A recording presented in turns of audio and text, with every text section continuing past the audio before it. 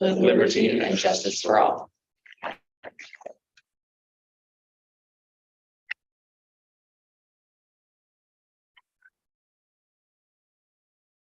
Could you do a roll call, please? Ryan Joseph, Here. Lauren Bruns, Here. Don Adams, She should be remote. Here.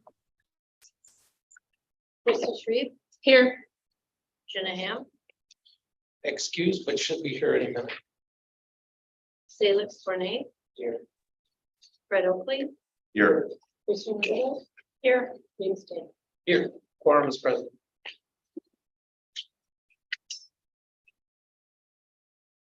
Kristen, would you mind leading us to the adoption of the agenda?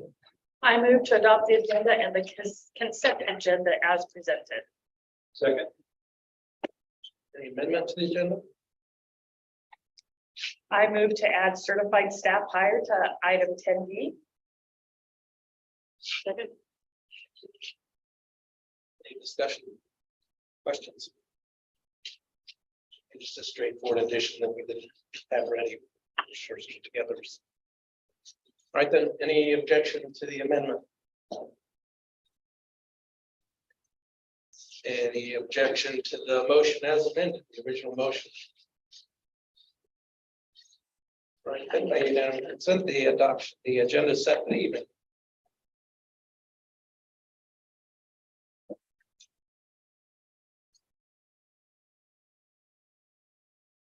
Yeah, could you lead us in the board reading and reading, please? So again, we'll take turns reading the board, being welcomed by the rest of the board by name, and then sharing something positive that's happening with your family, with work, with whatever's going on with you, and just kind of building that background knowledge. And if we have a brave volunteer that would like to go first. Lauren? Good evening, board. Good evening, Lauren. It is almost the end of my favorite month. I got to do a lot of outdoor recreation. I got to try some new things. Spent a lot of time outside and I am feeling really pumped because of it. That's what's going on in my head. We'll pass it on to you, Christy. Good evening, board. Good evening, Christy. I am grateful for the sunshine. It's coming back. I'll pass it to Kristen. Good evening, board. Good evening, Kristen. I am also grateful for the sunshine and the melting of the snow.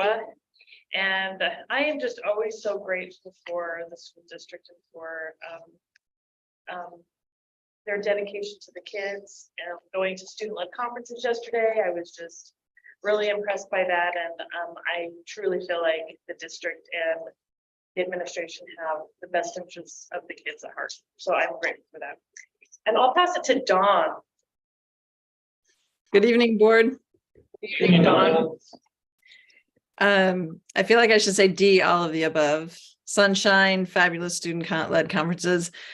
I will acknowledge that I am going to thwart the opportunity to get an all-board photo because I chose to stay home tonight, and I apologize. That topic already came up. You can stick me in later. It's okay. I'll pass it to Ryan. Thank you. Good evening, board. Good Good evening, Ryan. Thankful for the sunshine. I'm thankful that most sports are over. So I can have a belly back. Still have track now. But other than that, days are getting more sun. That's tough one. Good evening, board. Good evening, Brett. Well, I gotta concur with everyone else. I'm really happy about the sunshine and warmth. It's nice to be able to get outside, do some stuff. I find myself tinkering in the garage already, getting ready for my summer motorcycle rides. Having some fun. And just grateful that we're all. I'll pass it on to Sam. Good evening, board. Good evening, Salix. Once again, I'm grateful for the sunny day and whatnot. I'll motivate us.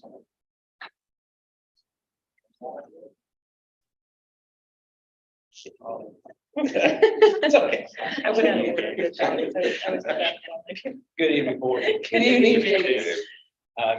Definitely thankful for the sunshine, but it's just one of those like it's good weekends coming up. My wife Ketlin's going down to wedding dress shop with our daughter, and lots of her girlfriends are coming too. So it's definitely a girls' weekend. It's not a dad's weekend, but I'm still very excited for them. So,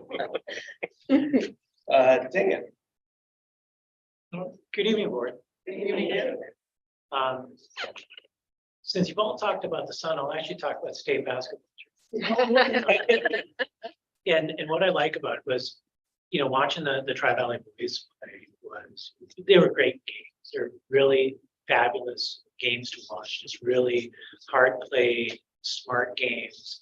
And one of the things that just really impressed me was that, you know, it's the Tri-Valley Viking Warriors. It's made up of kids from 3 different schools, Tri-Valley, Anderson, and specifically, like, taking Robert down on that court, doing so well in terms of really being a key member of the team that came in third in the state tournament, and just recognizing kind of that dedication that it took from him as an individual to be able to be there, but also like looking at Kenny, who was down there, you know, assisting the team, been on the team as well. Just like that kind of commitment and dedication from them to like be there at all, and then to be such a core member of the team for Robert was just really inspirational. Really love to see it. I'll pass it back online to Jenna, who joined us the last couple of minutes. Good evening, board. Thanks for accommodating my lateness. I'm glad you had a quorum without me to start the meeting. I am thankful for this. I've got I'll echo the sunlight, but also watching the boys basketball games in Anchorage a couple weeks ago was really quite fun and pretty impressive. How hard they've clearly worked very hard to get where they are. Anyway, I'm glad I'm safe and in one place right at the moment. Has anyone else not gone yet? Connie. Good evening, board. Good evening. I am thankful for a nice long vacation in the Lower 48. The sunshine and family and friends, and it was just refreshing. So, thank you.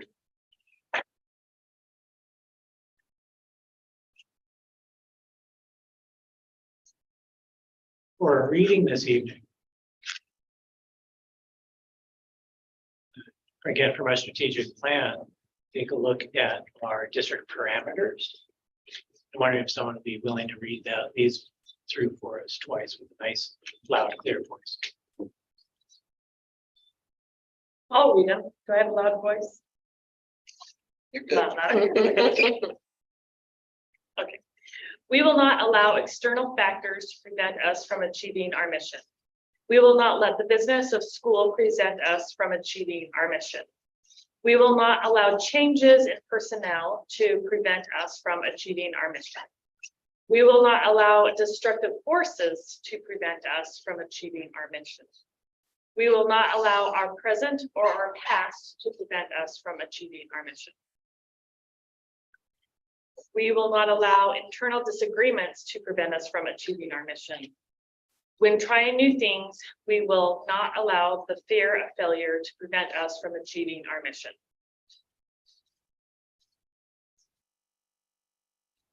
We will not allow external factors to prevent us from achieving our mission. We will not let the business of school prevent us from achieving our mission. We will not allow changes in personnel to prevent us from achieving our mission. We will not allow destructive forces to prevent us from achieving our mission.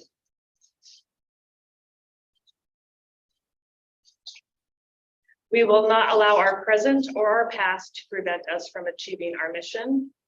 We will not allow internal disagreements to prevent us from achieving our mission.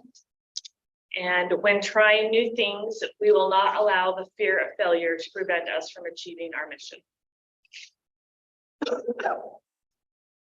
Thank you. Dan, at this point, just opportunity to share thoughts or reflections that came to mind as Kristen read through this and as we followed it.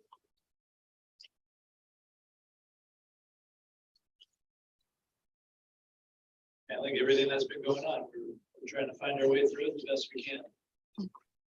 Information we have. And I think we do the best we can with what we have. So that's always been our strength at this point. Jenna? Thank you. The last one resonates with me about the fear of failure. I just had the student-led conferences with my son, who's an 8th grader, and so it was really all him presenting about 3 artifacts that he wanted to share with me. And one of them was about his TED Talk in Kasmarash's class at Tri-Valley School. And every single one of those students, whether they were nervous or not, didn't come across that way in those presentations. They had rehearsed those so many times. And when Cass asked him during our conference if he had been nervous at all prior, at the time of when they were presenting it in front of the largest audience. And he said, no, I just got up there and did it, and it was over with. But anyway, I appreciate that she, how that class, helped nurtured helped each other work through that process of getting up in front of a crowd and presenting in front of people. None of them showed any fear whatsoever. It's really an impressive show.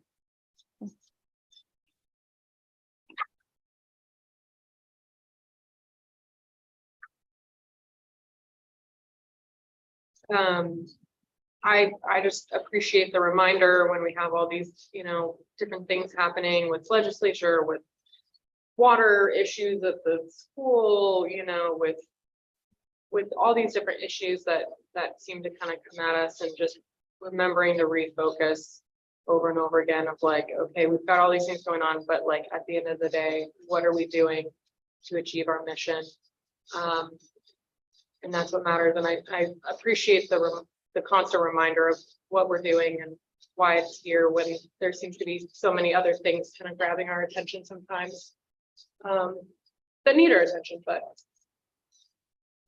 with that.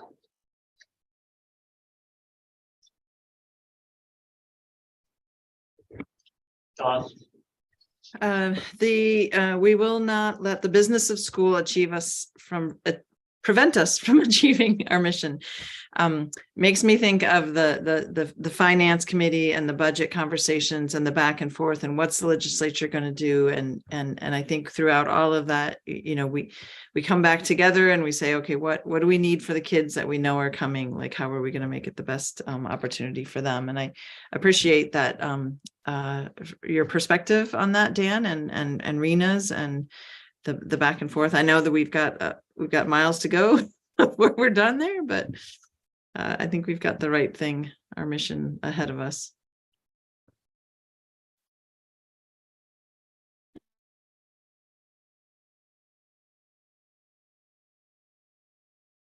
Anyone else? Thank you, Dan. On the business item 4A, public comment on agenda items. I'll just remind everybody before we start that this is a time for us to listen as board members, not a time for discussion between us and the audience. So, and I also just ask to be respectful with our comments, not say anything to align or impugn any particular individual. With that, and limit your comments to 3 minutes, please. That we have Sandy Trumpa.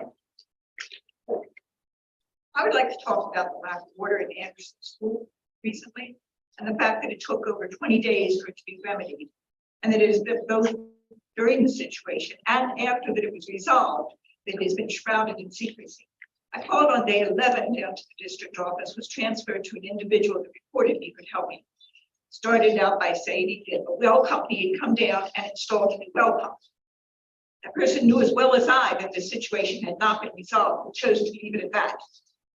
presumably hoping that I would not know, and indeed, that the situation had not been resolved. I reiterated there was still no water at the school. And he was like, yeah, they put in a new pump, but it didn't work. I felt misled. I felt like he was intentionally misleading. So I said, you know, this has been going on for 10 days. He immediately raised his voice and pointed out that it hadn't been 10 days. Well, I'm looking at my calendar, it was 11, and I was counting. So he said that he had a call into a well company up in Fairbanks and was waiting for a call back. I said, well, you know, we have a licensed plumber here in town. He was like, I called him last week, but he didn't answer his phone. So I kind of wonder if he can leave a message. How long do you wait for a call back? So that was pretty frustrating, and I didn't feel good about it. So I went ahead and hung up and called the plumber to see if he had indeed received a call, because I felt like I had been treated less than honest. So I talked to the plumber's wife, who relayed the message to her husband, and then she texted me saying, my husband called the district about this. So, you know, why is there not a connection here? So sent an email to the board, which I understand you did not receive, and to Dan, and he responded very promptly and quite informatively. And thank you. So, but the situation has still been going on. There's a hand washing station available for kids, drinking water available for kids at the school. There were 2 porta potties that were put into the gym. So, pretty quick, I guess the next day, the school students moved over to the city building, and you know, still there was no information on water. Now, first it was, oh, there's a 20-foot length of pipe that's frozen solid, that we can't access, that there's no heat tape on. And then it was like, you know, the well is still a problem. Nobody knew what was happening. So it was 20 days before it was fixed, at least. I guess if you count, you know, the fluorine running the system, it was more than that, but that was on the weekend.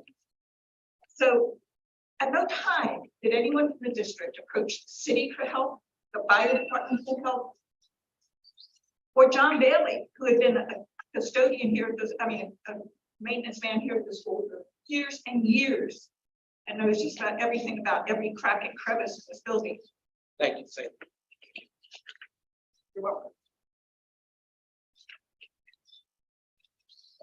Next we have, having a little trouble with the handwriting. George Haskins. Yeah. Yes, my name is George Haskins, and I want to talk on the same subject about the water. I mean, this thing started out as a comedy of errors. My wife took the water samples in from the sewage problems we had in here from the different buildings around the city. And we collected those on Sunday night. And at that point, it was pretty well known in this town that the school had a low flow of water. So when Monday rolled around, that started, you know, no action was taken, then there was no water. And asking numerous questions, I could never get a clear answer. And it starts out, well, what really happened? What are the gauges saying? Do you have water pressure? Is the pump running? You know, no cool answers. So this goes on, and time starts marching on, and then finally the porta potties show up, and then they go on with that for, you know, a day or two, and then we come into the drinking water and the, you know, hand sanitation, and then if you go into it, you got to go through the woodworking shop, and then you got to work your way around in the bathroom. There's power tools and stuff in there. No one really checked if the power's on to those tools. They didn't unplug the tools. You know, you got people walking through there. If you just reach over and punch a button, if it had power, it would go. And that's the, you know, you'd have to leave the lights on, because even when you're kind of here, you can't even hardly find the switches. You know, you got to know where to look. But if the power went out, you know, the porta potty in the dark. But then it goes goes into the drinking water and that kind of upset the city because we had a major fire season here. There is many cases of water over the city, you know, from what that was left from the fire.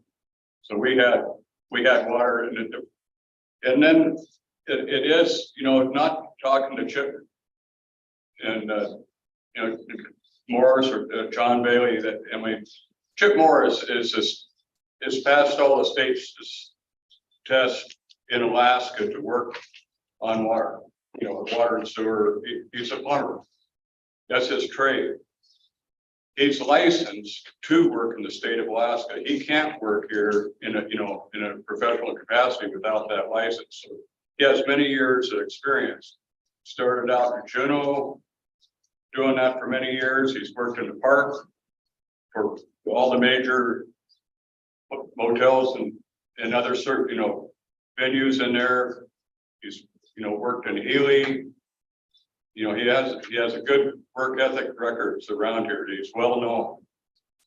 And John Osgood knows his building totally inside out.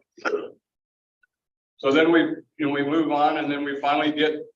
George, I'm sorry, but I need to hold it by 3 minutes. Just if I may start making exceptions one place. It Thank you. cascades of other views, but thank you.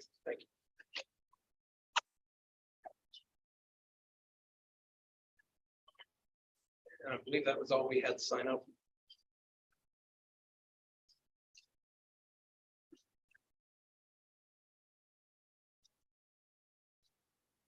And we'll move on to business item 5A, the Anderson student presentation. I will just take a moment to introduce our digital presentation tonight from Mr. Hoffman's German class. And just a quick shout out to all of those students. All of our high school students here at Anderson are on our track and field team. And so they offer their apologies to not be here in person. But we are celebratory of the fact that every single one of them is engaged at the track and field meet that they have down in Anchorage tonight, or the next couple of days. Thank you, Mr. Laurie.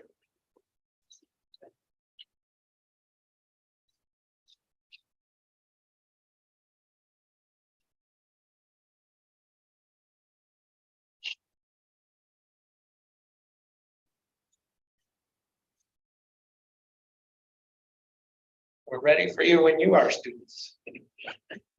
Unless we can't hear you.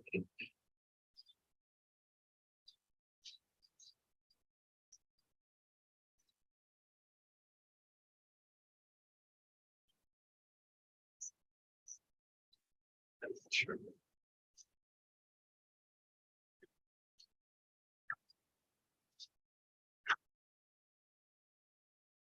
Just let me assume you're starting something up for us to watch. Otherwise, they're doing a great job of demonstrating silence.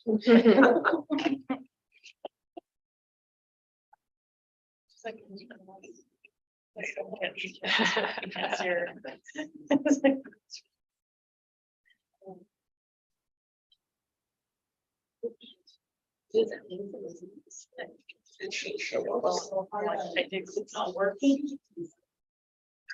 So we can start very cool. I know it's about German. I wish I know.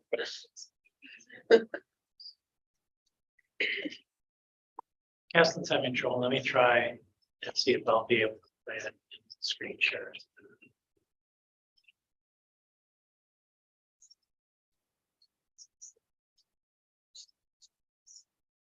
You get a different room. She's on. She's like really Meeting. Justin is pretty cool. She can do that kind of stuff.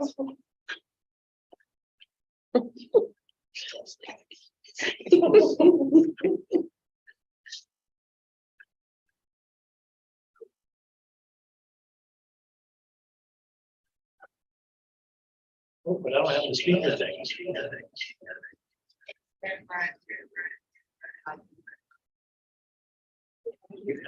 You have.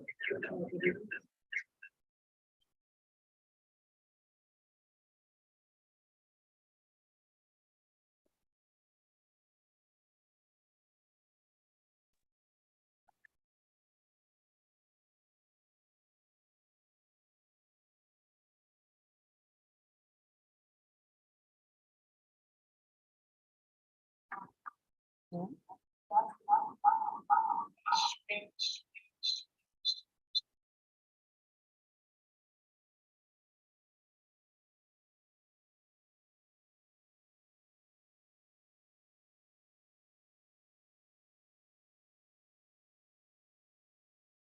you can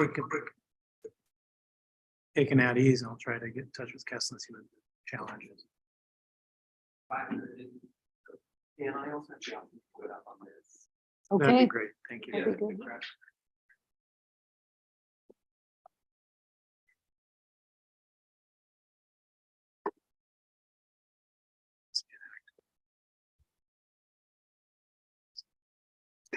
It wasn't that one. What was this one?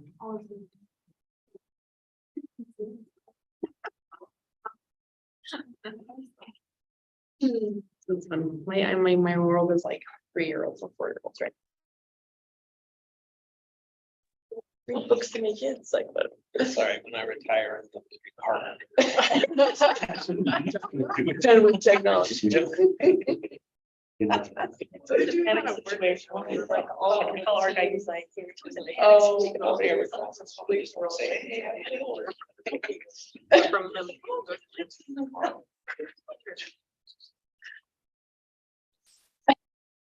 Fine.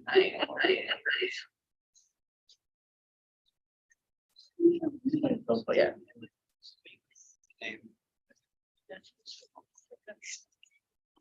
So he's like, what's all this spelling over there?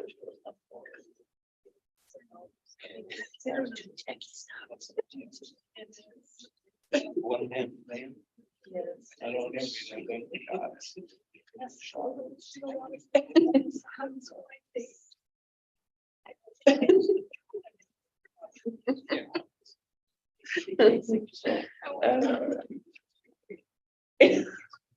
I just mail it.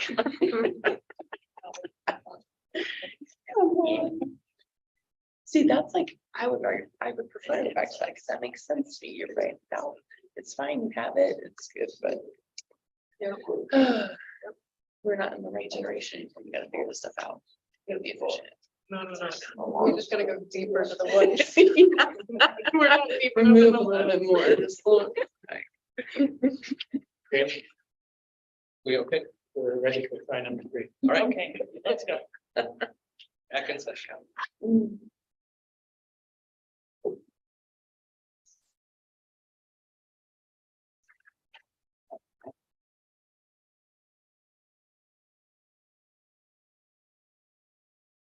Eric, if you can't screen share, just play the video. I can do that, yes. Thank you.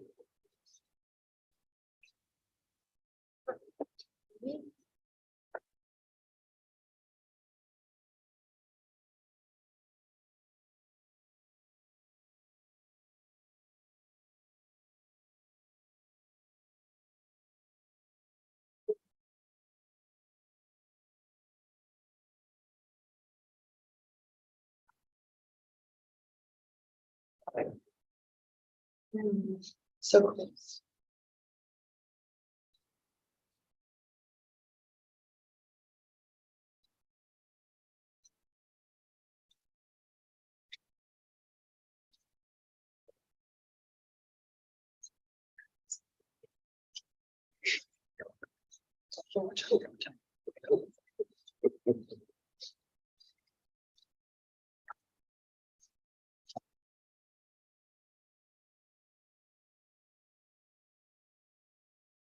Sorry, it's not working.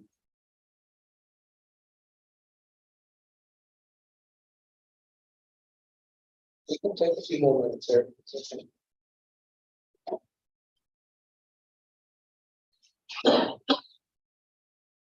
is always the best part of the meeting, so. Favorite. Is this like a cafeteria?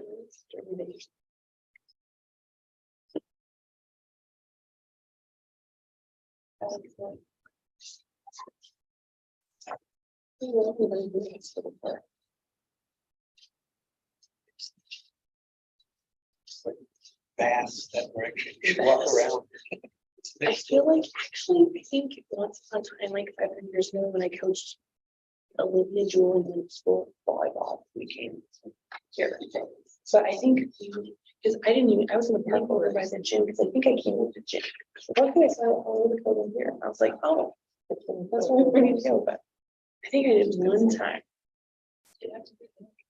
Awesome.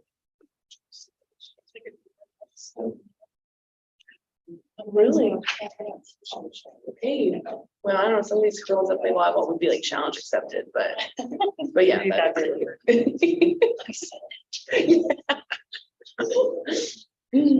Oh, man. Good times. I know Kevin Ray was talking about how sports were really competitive at Sanderson when he was in school. That's very cool.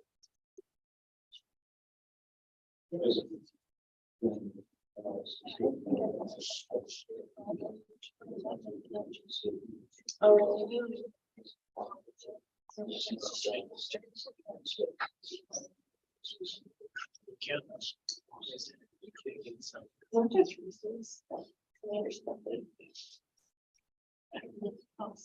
Austin.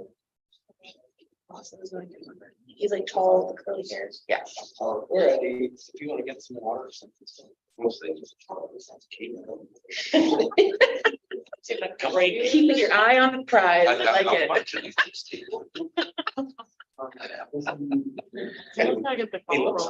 It takes one person to get this started. The chicken stuff.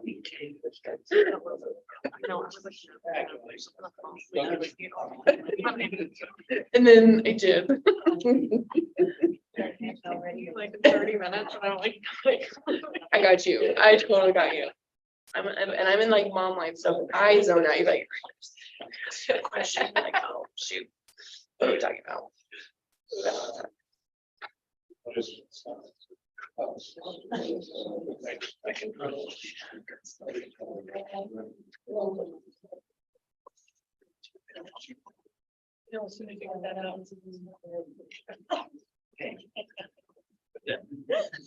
It's the law. It's one of the things that's right here.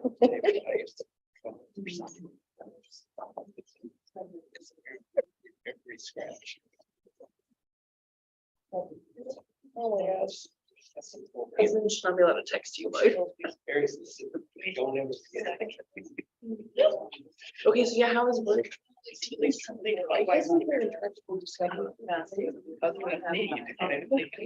Are you part of that? Hallo, ich heiße Aubrey. Yeah, Das ist meine Klasse. Ich bin Jaden. Ich heiße Preston. Ich bin Larissa. Ich heiße Kenny. Mein Name ist Lena. Ich bin Robert. Ich bin. That's fine. My kids just got signed up. Like we made it barely. It wild. It's like, I mean, it would open at noon. By 12:22, I had all my kids signed up. And Lauren did not get the same one, like the other ones. And this one, I was like, what? Like I even like 11:59, I refreshed it. And I was like, I am ready, baby. And then so I'm a little impressed. Not gonna lie, a little impressed. But again, I'm not the tech savvy person. User error took me so long, you know what I mean? But it worked out. James, given our technological problems, I recommend We should have it fixed. Okay, Espen is ready to play it now. Thank you for trying here. Not a problem. Did you say we had a fix? Wait, did you say we have it fixed? I heard Eric say that Custom is ready to play. Oh, I misunderstood. Okay, well, we're ready.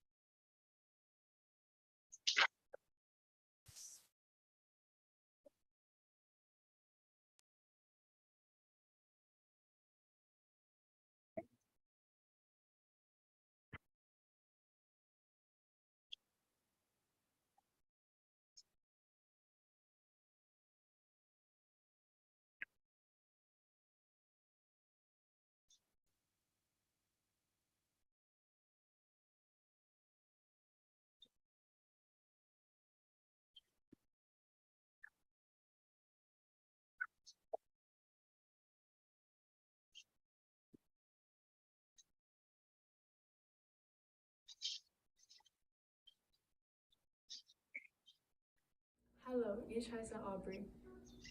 Und das ist meine Klasse. Ich bin Jaden. heiße Preston. Ich bin Larissa. Ich heiße Kenny. Mein Name ist Lena. Ich bin Robert. Ich bin Tegan. Ich bin Austin. Ich bin Hallie. Ich bin Greg. Ich heiße Brittany. These are German materials we use for class. This is a textbook called a Lehrbuch. This is a grammar book, Grammatikheft. And this is Übungsheft practice book. This is the alphabet, something we learned in the beginning of the year in German.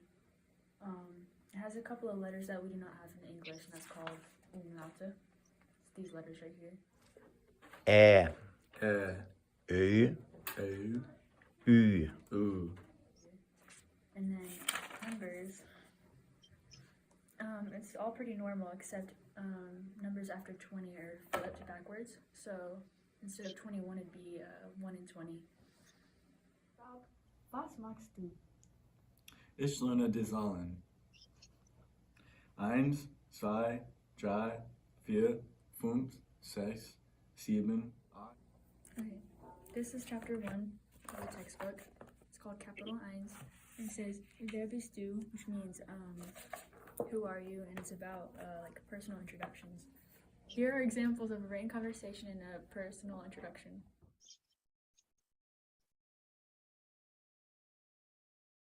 Ich heiße Austin. Ich bin 14 Jahre alt. Ich komme aus Anderson, Alaska. Heute ist Freitag, der 20. Oktober. Hallo, ich bin Jaden. Ich bin 14 Jahre alt. Ich wohne in Cantwell. In chapter 3, Capital Dry, we talked about things to eat and drink in a family. Hallo, ich heiße Greg. Ich bin Ihr Gastgeber. Kenny, was magst du trinken und was magst du essen?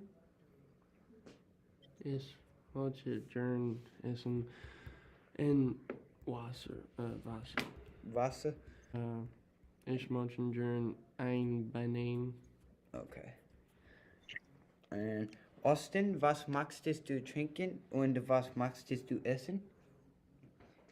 Ich möchte gern ein Wasser. Ich möchte gern ein Salami-Brötchen. Okay. Kenny, hier ist ein Wasser und einen Banan. Danke für das Wasser und danke für die Banane. Austin, hier ist ein Wasser und ein Salami-Brötchen. Danke für das Wasser. Danke für das Salami-Brötchen. Okay. In chapter 5, Capital 5, we talked about commanding on and describing clothes and colors. Ich habe ein Pulli in Schwarz. Mein Jeans ist blau. Mein Mütze ist schwarz und rot. Mein Turnschuhe sind grau und weiß. Mein Sock sind schwarz. Mein Hair sind blond. In chapter 8, Capital Oct, we talked about shopping for food and talking about prices. Was brauchst du? Ich brauche Weißbrot. Wo kaufst du das Weißbrot? Ich kaufe das Weißbrot beim Bäcker. Wie viel kostet das Weißbrot? Das Weißbrot kostet 3 Euro und 34 Cent.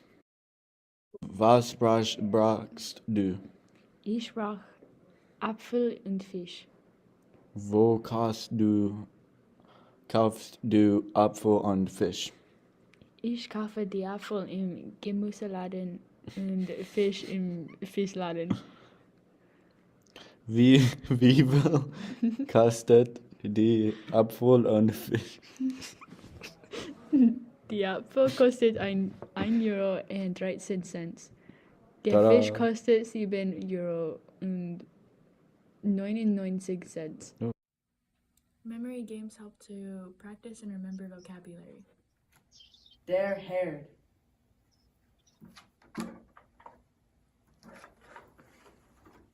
Go again. Die Brochen. Die Booter. Most recently, in Chapter 9, Capital 9, we talked about visiting German cities using Google Maps, identifying points of interest, and asking for and giving directions. Look at the map above. You are at the corner of First and Reiterstraße and Granswangerstraße. If you follow the direction given below, where will you end up?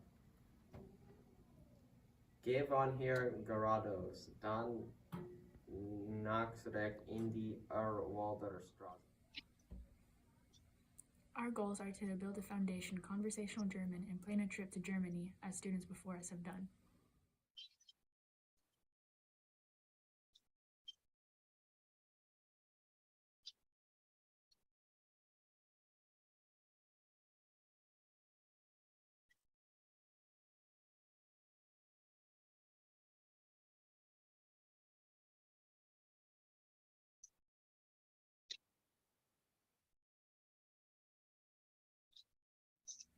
Thank you for your support. We apologize for missing the school board meeting, but we will try hard to achieve new personal records in track and field.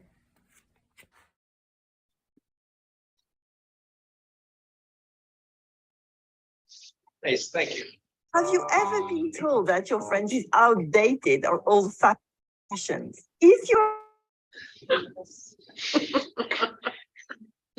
I just wish I knew, understood enough German to understand what was so funny in that dialogue. But it was clearly hilarious. I speak German and none of the dialogue itself is humor. Maybe the delivery of the dialogue. Something else might have been happening in the room. But it was just talk about how much did the application. Okay. They had to see it first. You all have the link on your. Okay, You can yeah. rewatch it later. And it's on 4 Docs for the public. Thank you. So we don't have Dan to translate.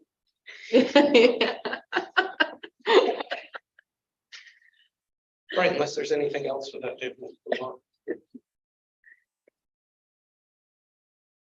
Move on to the mayor's report. Everybody get a chance to read over that? Is the Mayor planning to zoom in, Dan, or? He's not, he apologized. He That's needs fine. to travel back east to see his. Okay. Unless there's any questions you have for Dan, maybe, but otherwise, move on. Under business item 7, the administration reports. Everyone get a chance to read over those. Any specific questions for Dan on those?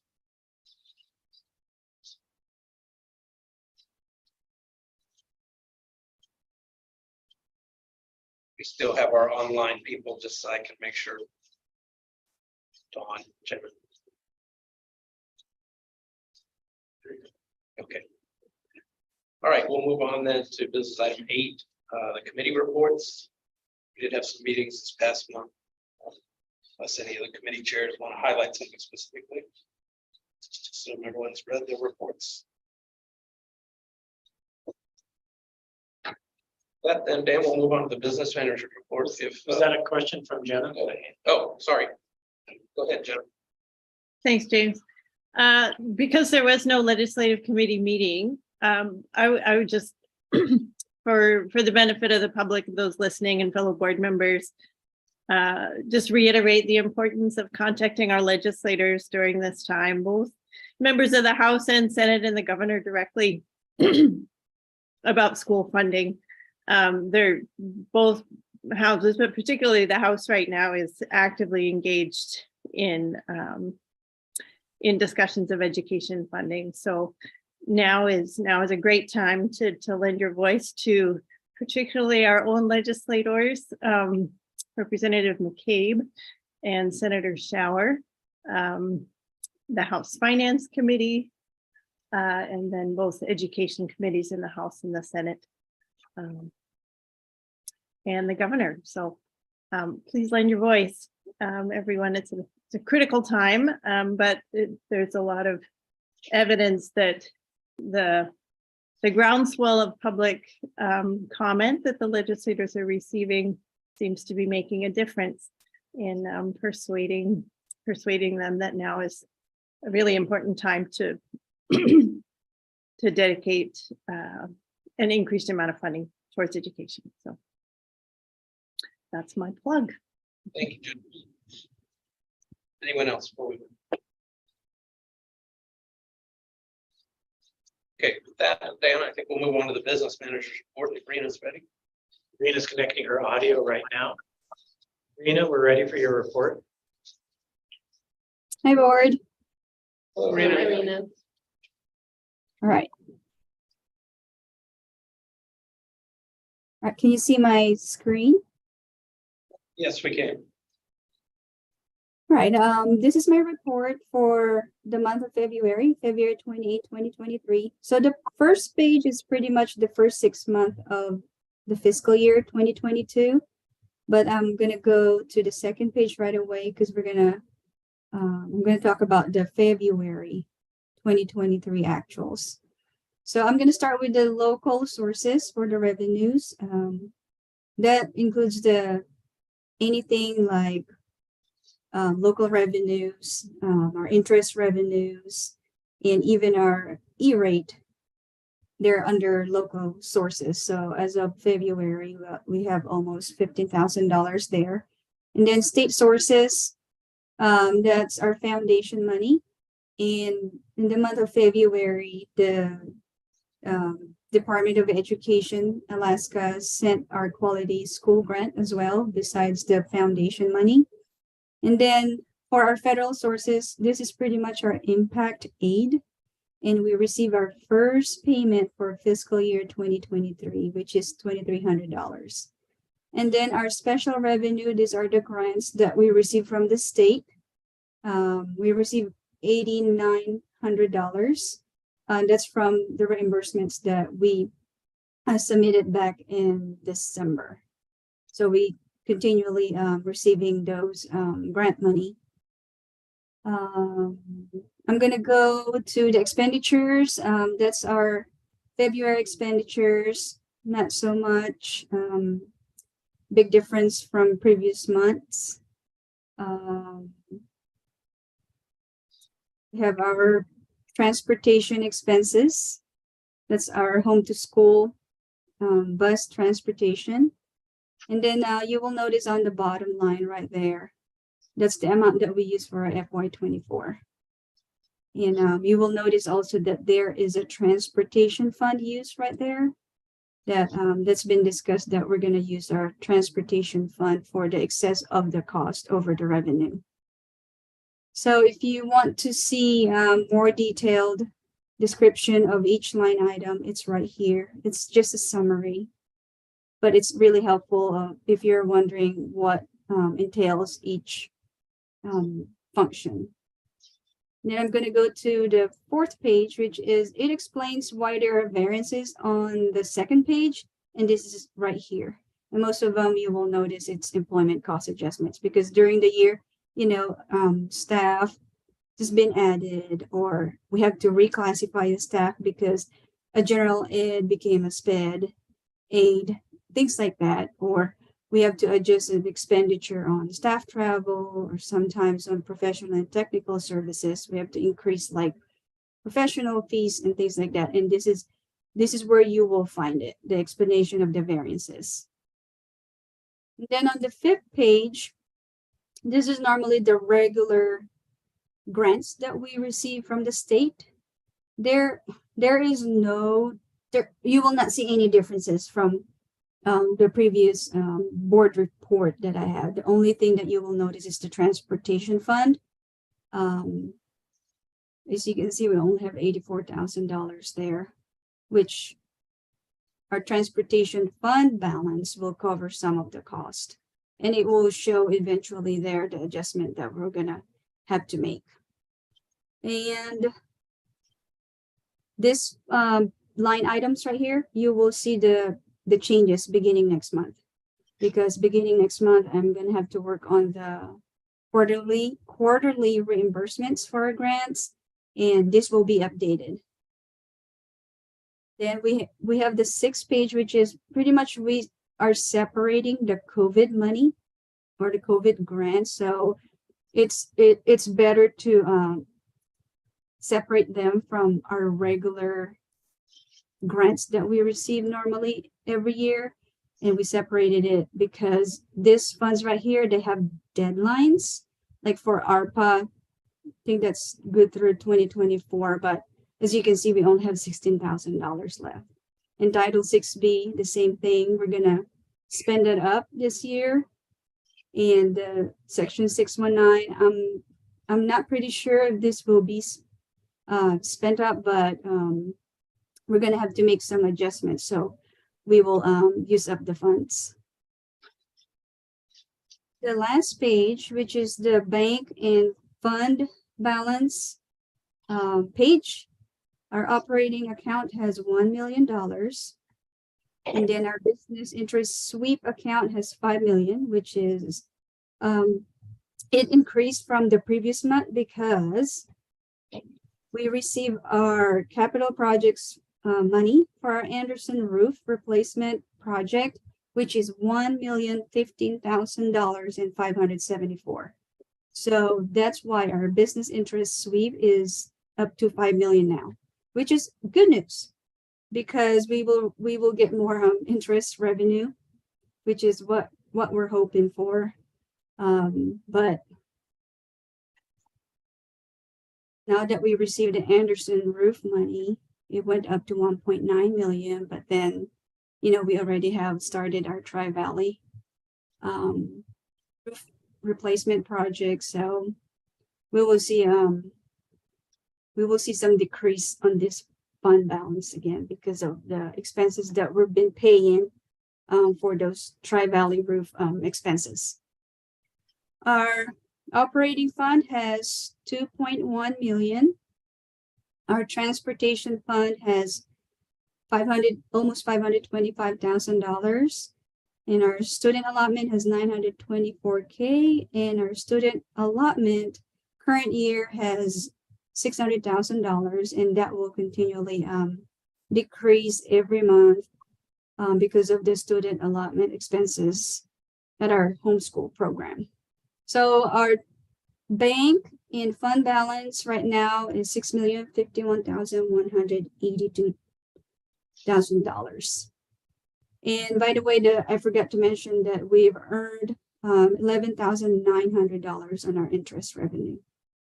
So we are hoping to see higher interest in the month of March and April, and maybe towards the end of the school year. So we'll have a higher interest revenue balance. That concludes my report. Any questions? Feel free to ask. Questions for Rena?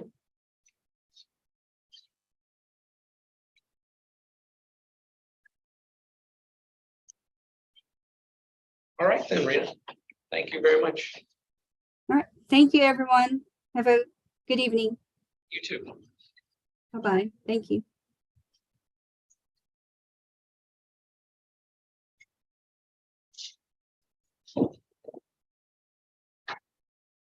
We'll move on to business item 8C, the Anderson School Report. Thank you, board, for allowing me to present tonight. I have just a few additions to my board report as submitted.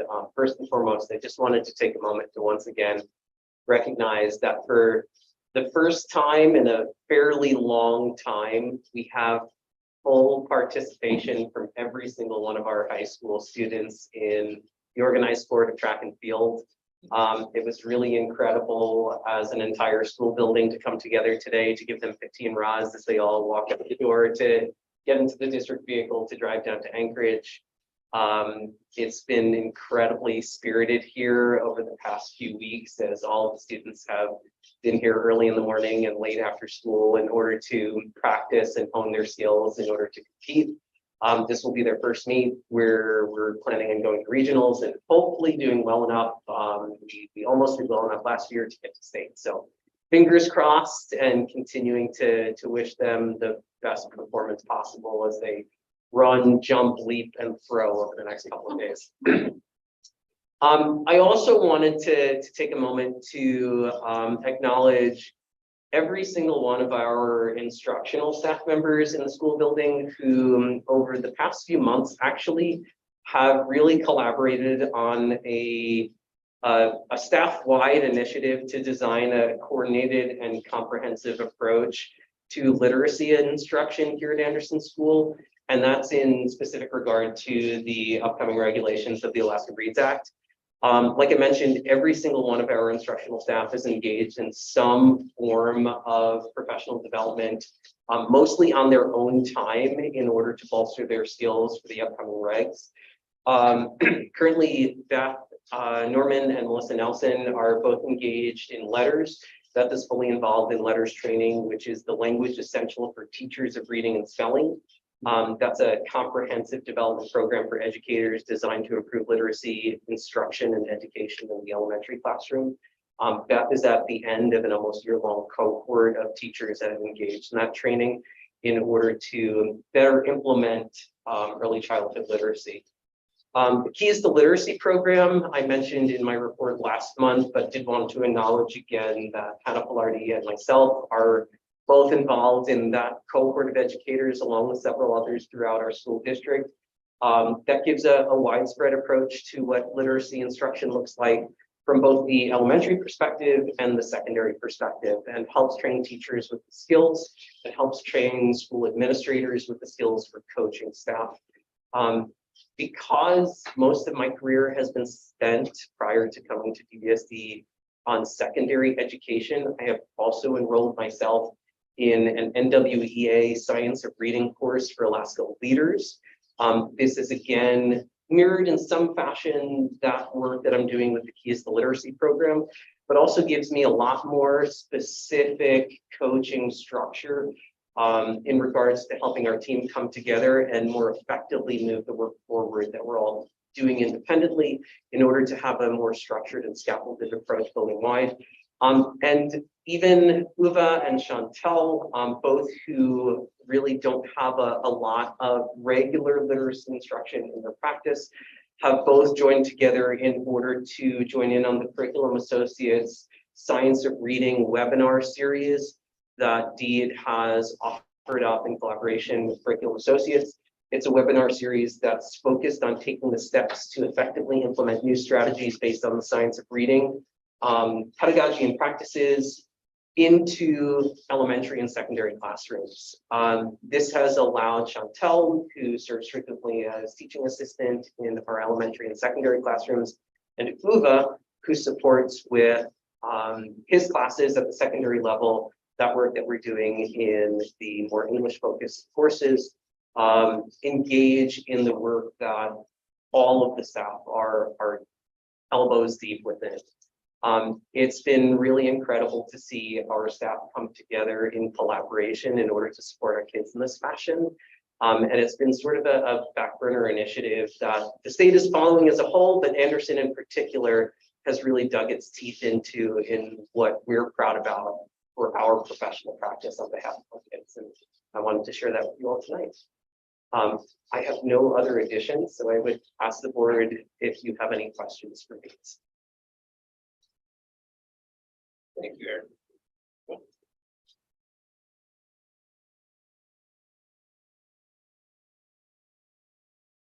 Quiet lunch. Sorry. Thank you all so very much. I appreciate the opportunity. Thank you. Move on to the superintendent report. Mr. Bolton. And you have my written report, and I'll add to and highlight some items on thank yous and appreciations. There are quite a few, and I'll just highlight things really involving and centering around like the congratulations to a lot of our students, starting off with some of our music students in the district, Elizabeth Miner, Paige Scholes, and Rosemary Smith. They participated in the All Northwest Music Festival in Bellevue, Washington recently. It's really proud again that they're selected to go down and participate there. And then at our local Aurora Music Festival, our own like state region that we're in, we had several students that were selected for the honor choir and honor band. Those students were Elizabeth Minor, Paige Scholes, Rosemary Smith again, also Grace Beans, Joseph Stone, and Faith Mudge. Really appreciate kind of the efforts that they put forth in that, and also the tutelage of the music teacher Candace Mudge, helping kids achieve that goal. Dan, may I ask you to speak up just a little bit? We're right next to the fan. It's a little hard. I will endeavor, and I did look into turning it off. You can do it, but it turns off the whole boiler. But also strangely, if we turn off just the fan part, which I'm not quite sure how to technically do, it then causes this room to heat up like a sauna. So unless we got someone that's going to turn it on and off for us about every 10 minutes, Yeah. No, we end up suffering. But you heard at the start of the meeting, I congratulated our boys basketball team out of Tri-Valley, but really, that team of all three schools, Tri-Valley, Anderson, Denali, Peak, coming together, making it all the way to third place in the state tournament. And quite frankly, could have gone into that championship game and did lose in their semifinal game to the eventual champions. And I believe they lost by 5 points. So also told that they won the academic award for that tournament. So, they did not come in third for their GPAs. They came in first. They smoked cake, no question. Actually, I don't know what Cake's GPA was, but they did receive the academic award, the boys at the state tournament. We're very proud of them representing student athletes this season. So I want to give a couple of congratulations, not to students, but to give a congratulations and thank you to first student.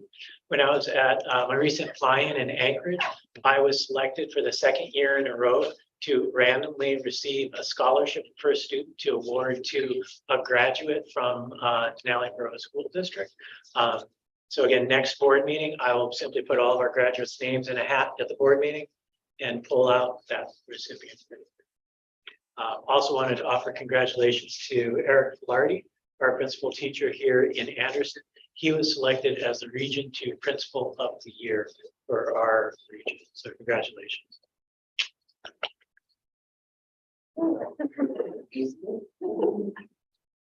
Oh, congratulations. Yeah. Good job, Eric. They didn't give me a plaque. They just told me to have it. Yeah.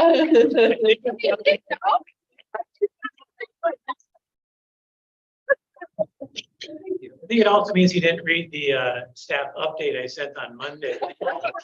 Oh. Oh, no. Moving on. I couldn't find it really fast either, because I'm like, I think you heard one something.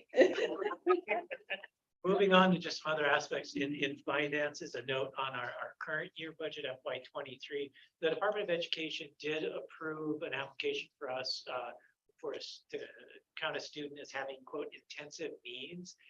They had initially denied that application as part of like the overall kind of enrollment report that we send in the fall. A student with intensive needs has pretty significant disabilities or technical qualifications, and it also translates into like a much higher contribution of financial resources, of money from the state to help support the education of that child or any child who qualifies as intensive needs.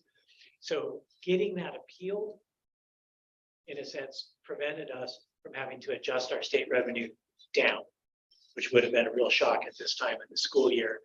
So we're glad that we were able to have initially submitted the documentation that was necessary and to have a process that would help us point to DEED to look to where we gave it to them so they could give approval.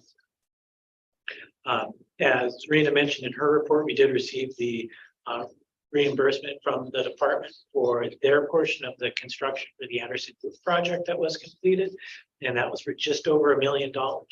We've also alerted the borough to that release of funds and asked them to then release their local request for their local contribution for that project. I know that is in the process.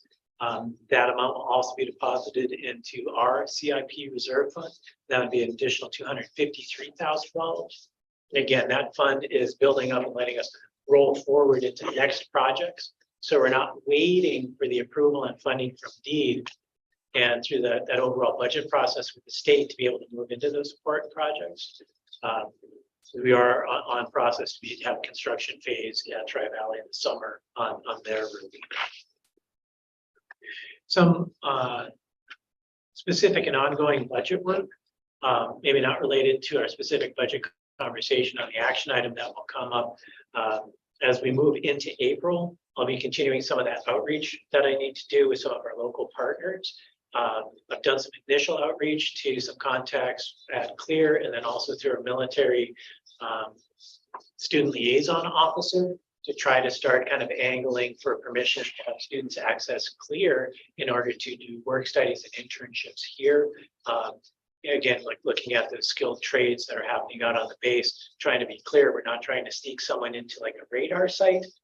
Just think that there are great work opportunities to expose kids to out there. It'd be great for them to be able to have access to that resource.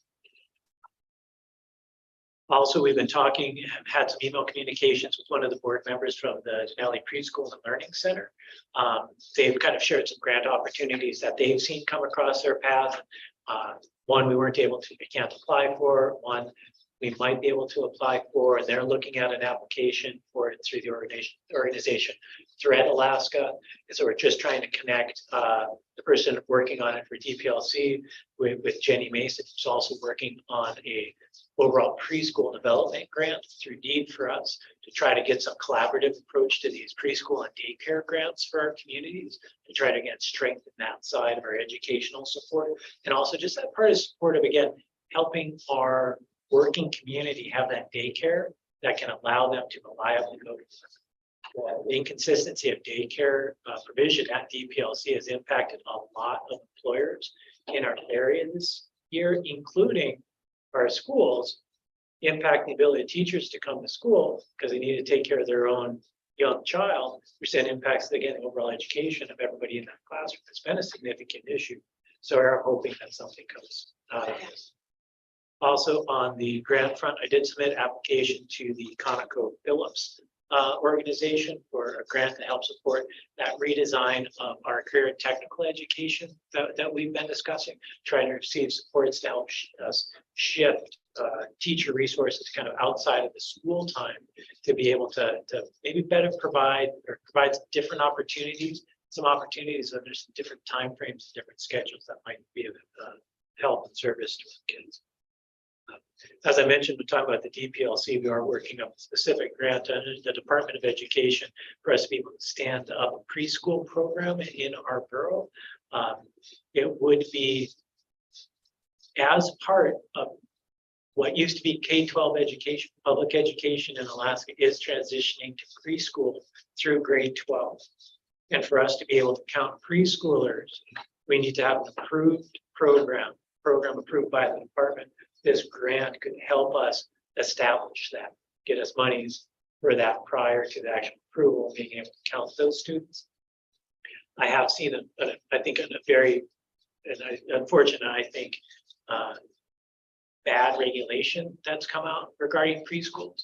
It says that for a district-run preschool, the students must be, first of all, in a classroom setting, which means cannot apply to homeschool students, and must be in a classroom in a group of at least 5 students.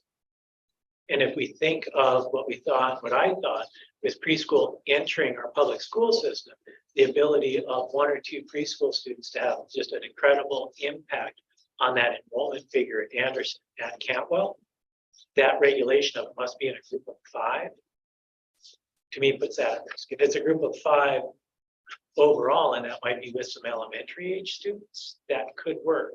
And so I need some clarification with DEED, but I'm very concerned that they'll say, no, it's 5 preschoolers. And right then you'd say like, okay, so that means that there is not preschool through the department as public education for a small community. And I think that's a disservice. I don't think that was the intention of the law. Seems like the department disagrees with it. Do you want to talk through some legislative updates? So we did see some movement in the hope for increase in the base student allocation at per student funding level. And right now saw that in the House, where the House Education Committee did hear public testimony and then vote on HB 65. They heard over 5 hours of public testimony, not this past Tuesday, but the Tuesday before. I was able to call into the committee at about 6 o'clock in the evening. I was able to give my testimony a little bit after 10 o'clock. There was quite a bit of public testimony. The next morning, they heard the heard the bill in the committee without taking additional testimony, considered amendments. And it was amended from proposed increase of $1,250 increase down to a $680 increase in FY '24 and an additional $120 in FY '25, $800 total. It was then advanced out of House Education and into House Finance. I think that House Finance is likely to schedule opportunity for public testimony next week. Their schedules are usually issued on Friday for the following week. Similarly, on the Senate side, the Senate bill that has a $1,000 increase proposed to the base student allocation is sitting in Senate Finance. And it's likely, I've heard it's quite possible that they'll hear public testimony on the bill next week again. So when I hear that, I'll be communicating that out to the board and various people, kind of communities that have expressed an interest in helping advocate for this issue. I do think the biggest hurdle in any bill to increase the BSA was the House Education Committee. So it's out of that. It still has a long ways to go in terms of getting through the process, what final numbers will be. And then I think the next step that will truly be the hardest will actually be the governor's signature. I think depending on what figure that is, there's potential of a veto on that.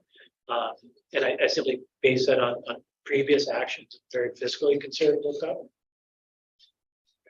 These increases are expensive, and it does put a large increase into state expenses at a time when we do not see state revenue increasing. Other kind of things that have been moving along, the House has also been hearing and taking public testimony on the state operating budget. I did not provide testimony there, but I know a lot of other people did, oftentimes with the operating budget, asking that the amount provided in the budget for public education be adjusted upward to match the amounts being discussed in the bills adjusting the base student allocation. Both things have to be in place. Bill adjusting the BSA has to be there, and the actual budget that says and funded has to be in place. Otherwise, money's not there.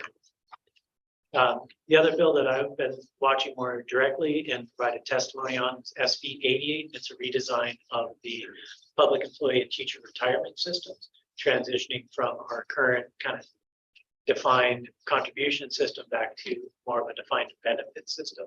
So I did provide testimony to the Senate Labor and Commerce Committee this past yesterday, Wednesday, on that. On facilities, as mentioned in public comments, we did have a problem with Anderson Well this past month. Initially, we saw a drop in the flow and then a spike in the voltage when we were trying to figure out and just do that troubleshooting, what's wrong with it. So our initial work was to say, okay, so this seems like something's wrong with the pump. This is a new pump. It was installed less than a year ago. It's still under warranty. So we did a big commitment to try to get the company that installed that pump to come down and do that work. If anybody else worked on that equipment, we would have avoided our warranties.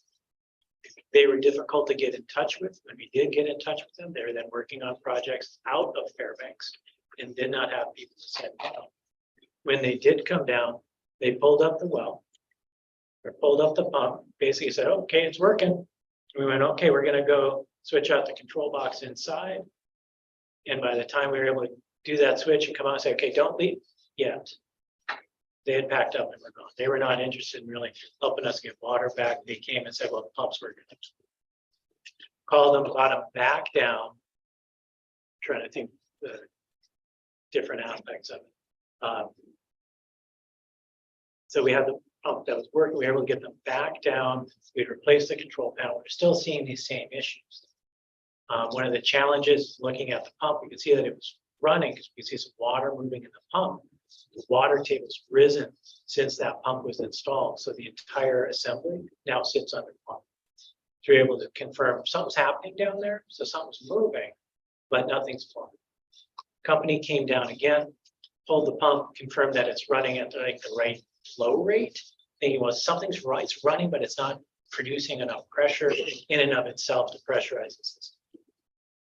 Again, it's working, had the right flow rate. So our next troubleshooting thing was, well, now we think that the line's plugged and probably frozen, especially because we didn't have water moving through it. we ended up having to plow some of that area to be able to get machinery out to the well itself. So it's the assumption that we basically had a frozen line. Call Bigfoot pumping, Bigfoot, I think it was Bigfoot, pumping and thawing. I'll mention them because when they heard that we were at school, they said, we're gonna prioritize getting down there. We're gonna change our work schedule that we have lined out for our crews and get people down there as fast as we can. Still took them a couple days. That's why I really like the fact that Bigfoot pumping and thawing did that. I'm unexcited about our drilling that did the pump because they weren't too concerned about their work. They were happy the pump was going and that was it. When Bigfoot pumping and thawing came down, we'd been able to open a small hole in the exterior of the pipe. It was a very long run from the well into the school, so we needed a place to be able to actually vent out the steam that we'd be putting through. Had to research how to make sure that we'd be able to plug that hole that we put into our own water line. Made that hole, they came down, hit it with steam and just shot out right. And we're like, okay, so it is not plugged. It is something else. We were able to get Chip Morris to come over. And he came and with his ski skid and pulled out the pump. We're like, all right, let's look at it again, make sure it's working. Grease it up again, put it in place. He puts it in place. Everything fits. Everything like this should be working. Look down, it's not working. Curtis had the idea, wait a minute.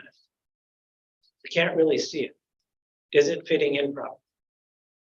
Pull it out again. Measure the pump, measure the pitless adapter. How should all these pieces fit together? How tall should that whole assembly be? All right, put it back down. Now measure it underneath the water. It's 5 inches. Pump was not sitting down as it should. Say, okay, how do we get this in? And Chip put it in. He thought, hey, it's in place. It's not in place. So we start trying to push it in. We start kind of trying to push it in using hammers. Start pushing it in. Chip has an idea, takes the shovel of the machinery and actually pushes down on the equipment. And according to Curtis, he said, like, you just pop like a cork, it shoots down 5 inches. Water shoots. Finally sat down on that pitless. Finally sat down in the pitless adapter. And they couldn't get it down, like even using sledgehammers, just bashing it, couldn't get it to sit in. And it took pressure from the bucket on top, pushing down on it. It was frankly a fairly risky move. Had it been like putting it in place properly, we could have crushed different pieces. Luckily, it popped in. And that was able to get us the water back. We did, I think, 2 different times. At least once, if not 2 different times again, large series of bleach going through that, had the water tested, and then tested again, confirmed safe to drink at the start of the school after spring break. We had people back in the building, and then I think a week later, we had confirmed that it was safe. Other aspects with facilities kind of moving on, Tri-Valley Roof. We have published our bid documents, and we had 2 general contractors participate in the pre-bid conference on that. So hopefully we'll get 2 bids for that project. We have bids due on April 14th, which would close the protest period for that project on April 15th. We have a quick mobilization, but again, we'll have construction for that project this season. And if I'm remembering correctly, it's projected to be a single season construction project. Unlike Anderson School that went over 2 seasons, this is a 1-season project. Problem with the Tri-Valley Roof project is that the approval from the state fire marshal had a prohibition that the building may not be occupied during construction. Period. That has implications for a lot of community recreation activities that happen in the building in the summertime and the community library. And all those spaces are spaces that can generally be accessed without going through the areas that would have construction. So we're trying to get back to the fire marshal to say, what adjustments might you be able to make?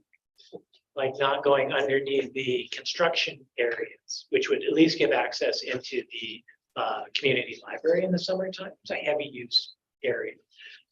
Or not during, but it's okay to enter when we're not in active construction. We don't have workers up on top of things going on up there, which would then allow us to at least shift the community library hours into the evening and weekend and continue to provide that access. If we have to completely shut that down, we know that's going to cause a lot of problems and upheaval for our community.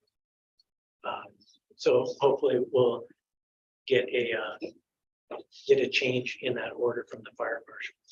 A plus on the work with the Tri-Valley is that the Department of Education approved our designs, including the addition of the structures to which we will add solar panels at some point.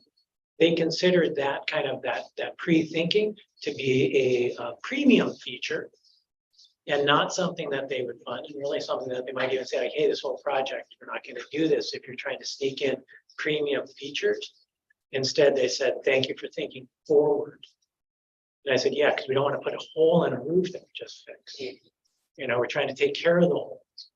So we're very appreciative with that. I really think it shows the impact of being able to forward fund projects. So lets us design projects before we're kind of in a push to construction, and we can work with D to get this constructive feedback, both directing them, but also them affirming that our plans are good and so on. So very happy with that part. The Anderson roof, which was repaired, we did have a leak recently, and we were very confident it's not related to anything to do with the construction or the renovation. It happened in the secondary classroom that backs onto the gym area. Water was coming in, and it's underneath a large vent on the roof. And what we think is happening is snow is kind of packing up under the sides of the vent that have a big cover over it. And that packed snow not only melts, but then also acts as a siphon, so that any water that's pulled on the roof will actually be pulled up and over the lip of the vent. So the fact that it's, in a sense, there's less water coming in than in previous times is good, but it also explains how is water possibly coming underneath the tin and running out. Might have been being pulled in through this. We had a leak a few years ago that rained on Eric in his office, which was actually right underneath one of those vents as well. So it kind of explains a lot. Right now, we're trying to look at a super fine mesh screen that could block that snow coming up, but still allow the air to properly vent out so that we're venting excess heat out of that ceiling space.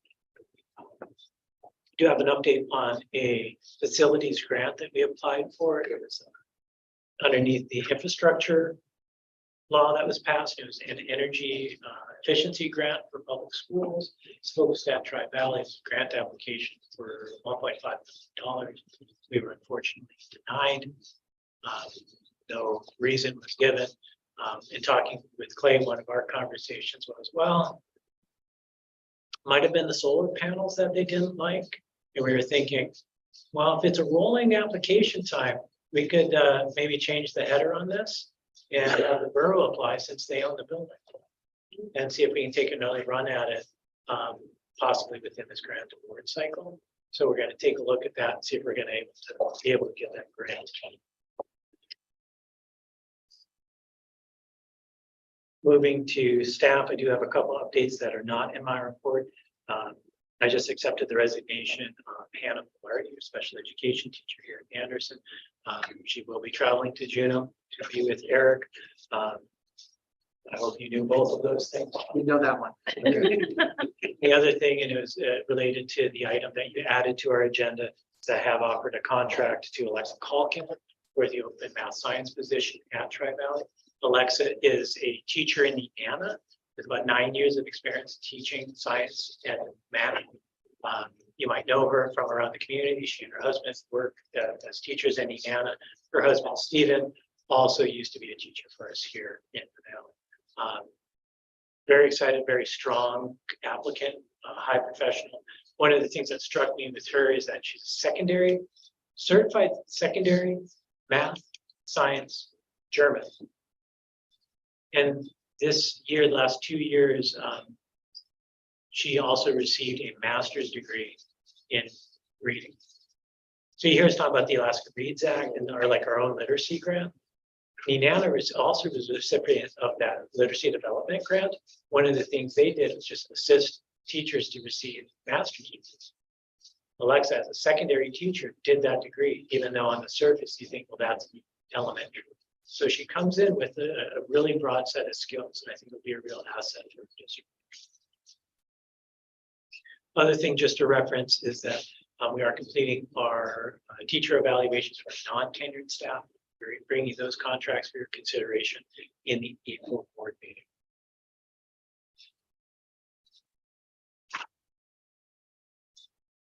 Thank you, Dan. Questions for Dan?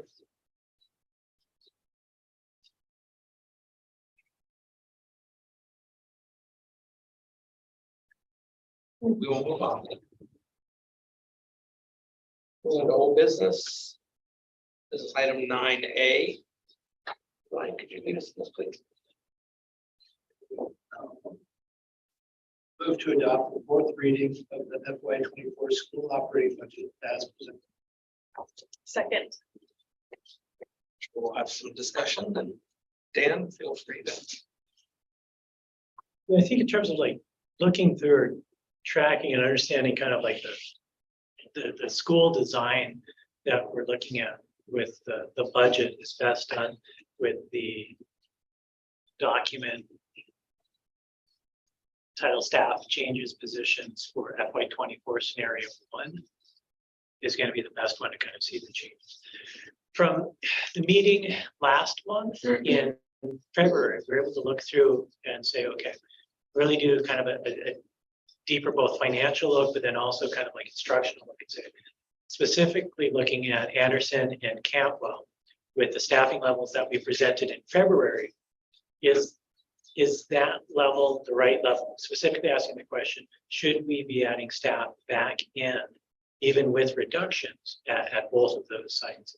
And so most of the adjustments in this version of the budget return some of those staff. So at Cantwell, instead of removing a full-time TA, it returns that TA into a part-time position. Anderson, we had initially structured Anderson with 2 classroom teachers only. This returns a half of the certified position, especially focusing on the special education services at Anderson. It also returns, again, one of the teaching assistant positions that had been cut back into a part-time position. So we see those large changes there. We're also looking at something that we talked about in the February meeting is taking our open peak position, transitioning that back into the borough to support our local homeschool kids. Try to also support that connection to just our general homeschooling community here. And then using that other half position and then supporting the supporting implementation of the Alaska Reads Act, being able to monitor those intervention plans that we need to do. So those are 2 things that, again, are transitioned more specifically in writing with this one. Other transitions, those are kind of the bigger changes.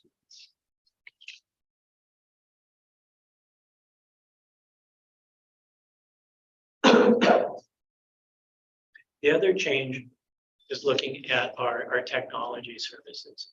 And this budget presents continuing our student information officer position as a half-time position, where the initial budget draft that you saw last month, it was completely eliminating that position. Within the budget right now, there's our technology manager and then a full-time tech assistant and a part-time tech assistant. We're also thinking that that part-time tech assistant might shift into classroom assistant, again, being able to focus on some of those reading interventions. And overall, with that shift, with some of the reductions with our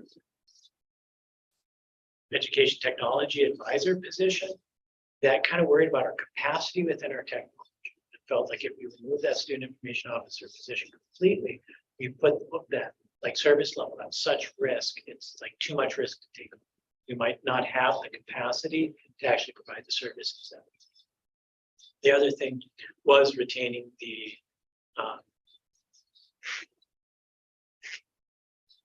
education technology advisor, the person that helps teachers use our technology tools with students in their actual core learning.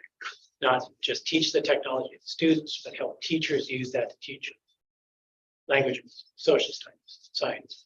We are looking at probably shifting that a little bit more to direct student services than a conversation with that individual is also looking at. We can figure out, schedule things, try to specifically assign some co-teaching times for her to work directly with teachers and like really be committed for a longer period of time. Say, no, you're going to be working in this classroom for a quarter of the year to develop some of that relationship and then help that teacher develop some capacity to use those technology tools with students. When we look at the budget as presented and we run numbers through this, we think that it comes close, like really close to meeting the budget expectations that the board set. Basically looking at what's that ending point of our fund balance at the end of FY20. Spend from our reserves, assume that we have an increase in BSA of at least $220 that's commensurate to this year's funding level, and with $750,000. When we run the numbers on this, our enrollment pattern holds, we would end with $730,000. So very close to that budget expectation. There's a little bit that's not in the numbers, like we haven't put the student information position back into the numerical documents that you have. Rena and I, though, also know that there's about $60,000, $70,000 of other reductions in FY23, the remainder of this year, that's going to build up the reserve a little, so that we don't think that that's going to be a financial issue. We think this is a budget that meets those parameters that you've set and given us. It does reduce positions and therefore services for our students. It is not a status quo budget. It is not a budget that improves our services. It's one that reduces them, keeps all of our sites open, and I think positions us also, if we do get a more significant increase, at this point I'd be saying a much more significant increase, that we'd have the ability to adjust a budget and possibly expand back up if our adjust it. We have a part-time staff member. That's easy to go to a full-time position if needed. If we have no staff member, that's a lot harder to go to a full-time position. So maintaining some of those part-time positions might give us some time to kind of get breathe a little bit, see what happens in June, and see if, hey, can we bring services back? Next year, can we bring our enrollment back? Open up some opportunities that we were talking with Clear. Can we increase our enrollment at peak? It helps leverage monies back to the district. It can give us that time to try to see if we can grow that revenues. So I believe it works. Your risk areas, there are really two risk areas.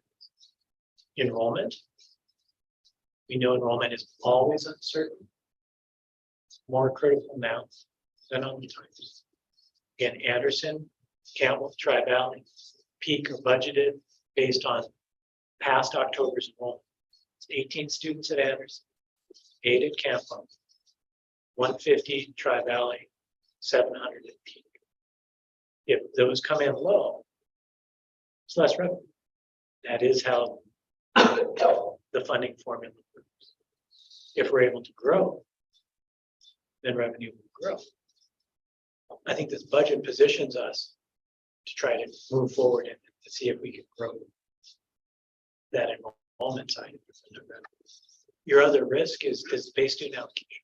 Is that funding level? The budget assumes a $220 increase to the BSA. It uses reserve funds next year. If we said, hey, no, we just need state funding to balance this, the BSA increase would need to be $540. So if you start going, hey, if we get that $680 BSA increase, that's a ton of money. We're actually saying we want most of it already.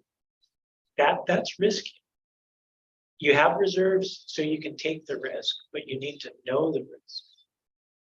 You have reserves to be able to take the risk. You just need to be able to know that you're taking.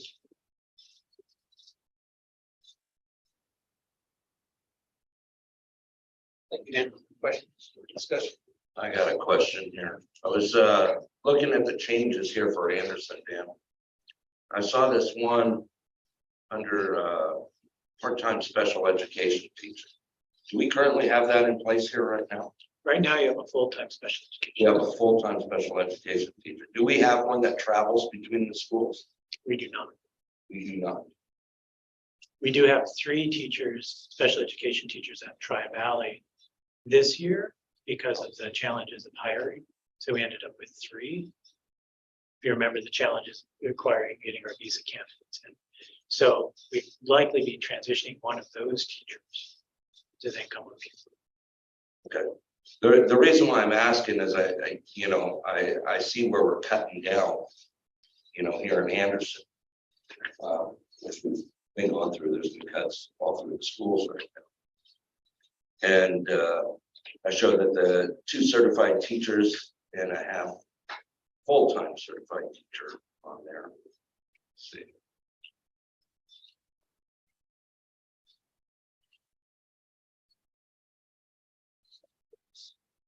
One part-time special education teacher. We currently do have 1 full-time here. She also teaches some non-special education courses. Okay. No, actually, one secondary.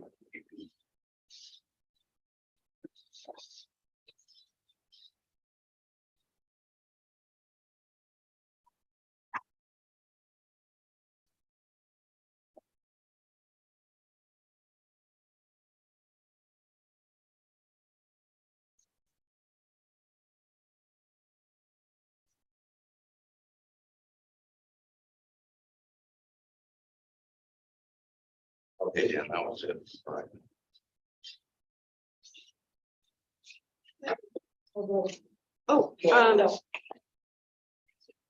It's fine. One, I was just curious, but difficult for us to hire these part-time staff with that. Promise of part-time ones.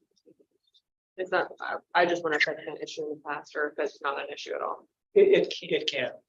The part-time teaching position, like that part-time special education, we would look at combining again with that part-time peak or the part-time that is the reading support and be able to have that teacher level be at that full time. Trying to see, we might have a local candidate that we wanted to do some talking to that might be able to, again, take on a part-time teaching role, one of the part-time TA roles. Like there's some potential there. It's a bit harder on different things in terms of do they meet the qualifications, certifications to be able to really provide that service. And I think one of the challenges, negative impacts is with those positions that happen full-time and part-time is obviously that really shifts that financial security picture for that person. And reduces obviously the wages or salary that they're taking and changes a possibility for themselves. So it is a big, huge impact for several. Right.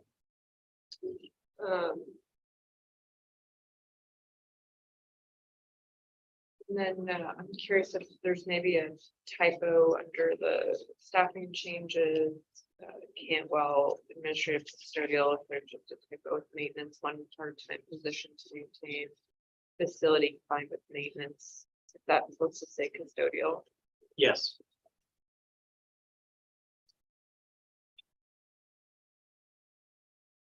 More.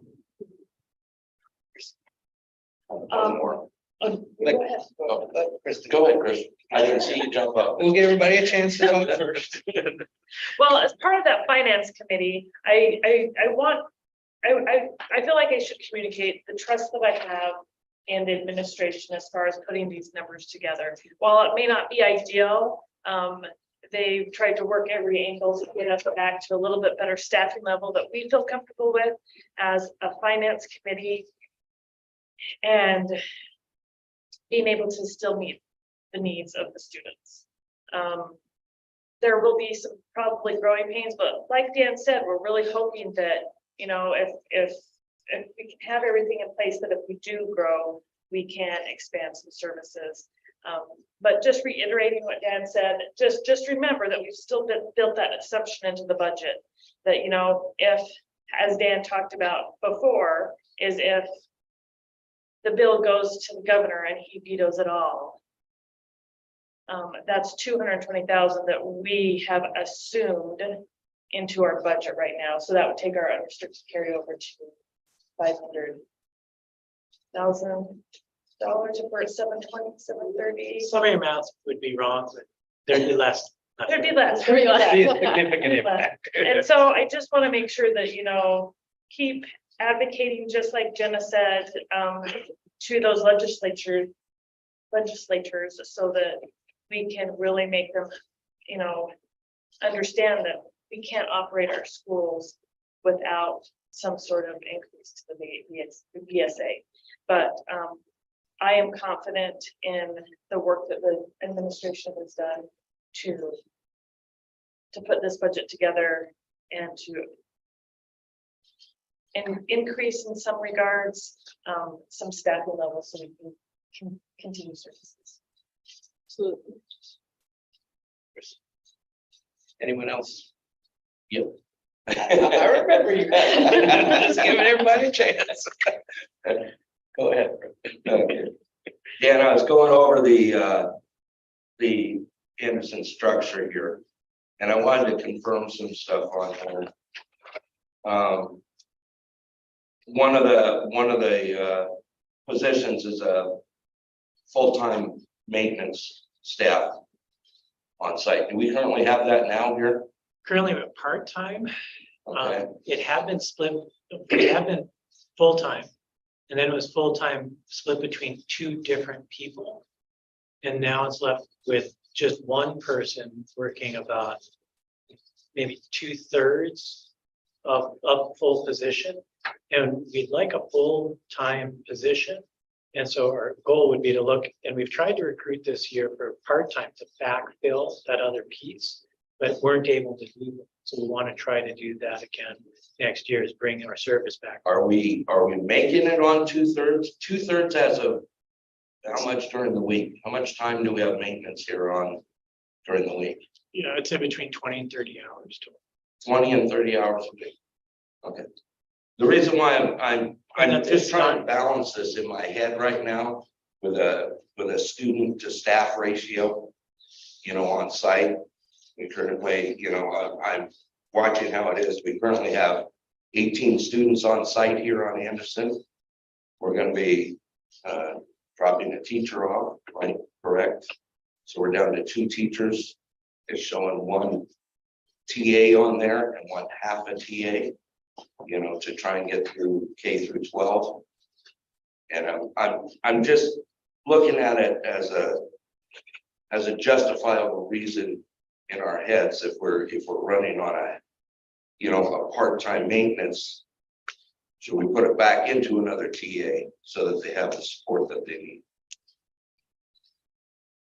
We're already running at it now.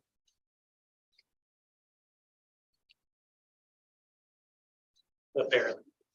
Again, just as kind of like, and I included the square footage of our buildings to kind of try to give a comparison. I get the square footage of it. Yeah. I understand that. The ability to do the preventive maintenance and just take care of the issues that come up on an old building. We really do need the position. Or Okay. if not a single position full-time, to have 2 people that are providing full-time I understand that. and daily. Okay. The reason why I'm asking is we've been going with part-time staff for quite a while for maintenance here. So that's why I'm justifying in my mind, I'm looking at this to make sure that, you know, if we can make it somehow on the maintenance level that we're doing right now, and we can add, you know, keep that rolling on a staff basis in here to take care of those 18 kids. You know, are we moving in the right direction or moving in the wrong direction on that side of it? So that's why I'm asking these questions. Okay, there's 18 students in here, K through 12. So you know, we're cutting down a teacher, which I understand. I understand that coming on the money side of it. But I also understand that we're trying to flip it into a maintenance side too on this, by looking at it. When we're already cutting staff inside the building for the students. And if we're running on something that's already been running a couple of years. It's been about a half year. Half a year? Half of this year, I think we've been on this. Is that less obvious, Dave, because it was kind of a split position, like two halves that made a whole? How was that? I know what, I mean, this even covers like daily stuff like snowplow. That's right. That's kind of the risk of not having somebody every day. Is that ability to just, something happens, jump on it that day. So we have survived on half.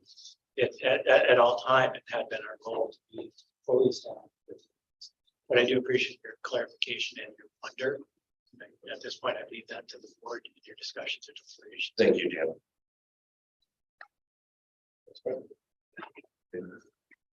Any other questions? Discussion?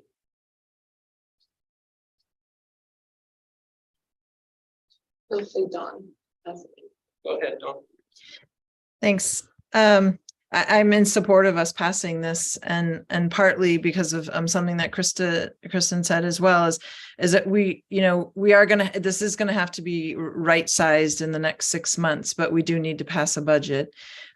We know that there's a lot of unknowns with enrollment and with personnel and with what the legislature is going to pass and what the governor is going to sign. We also have spent a lot of time today talking about some problems in Anderson that both Curtis and Tri-Valley Maintenance had to come respond to. And I'm not throwing shade on anyone. I'm not saying that a person here in Anderson could have fixed that problem. But having someone dedicated with the ability to do the preventative maintenance and to keep up on it seems like it's, that's the investment. We invested in the roof. That's part of the investment to the building. That's all. Thanks. Thank you, Dawn. Anyone else?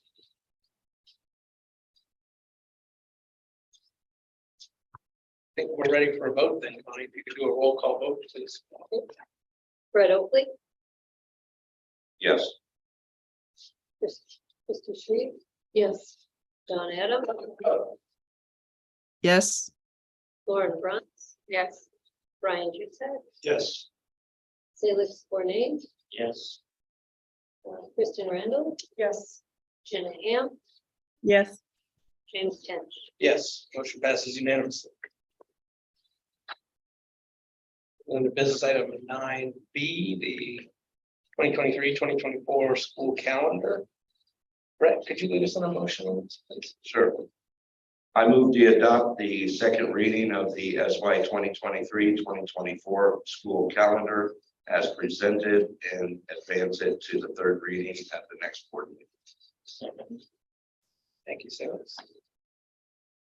Any discussion on the calendar or anything to point out, Dan, that's changed since we last looked at it? No change. I didn't think so.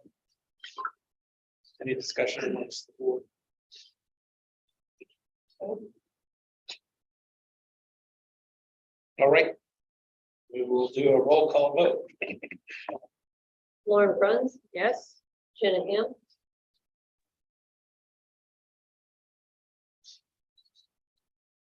Jenna? Jenna Ham, Yes, sorry. I was navigating my computer. Yes. Brett Oakley, Yes. Krista Shreve, Yes. Kristen Randall, Yes. Brian Jutzak, Yes. John Adams, Yes. Salix Bornay, Yes. James Tench. Yes, motion passes unanimously. Any interest or need in a very short break, or should we just plow through these last few items? Let's do it. I hear no objections, so we're moving on. Moving on to new business item 10A, we have some out-of-state travel. Salix, you one leading us in this motion? Sure. I move to approve the out-of-state travel for up to 2 staff members to attend the EL Education Conference on Introduction to Mathematics in Las Vegas, Nevada, July 24th through 26th. Up to 2 staff members to attend the EL Education Conference on Core Practices in Boston, Maine, July 17th through 19th. And up to 4 staff members to attend the EL Education Conference on High Quality Work in Boston, Maine, June 20th through 22nd. Second. Gonna just shed a little more detail there. Yeah, a few things. The first thing I'll say is grant funded. So these are some of the funds, and Rena talks about, looks at that grant page.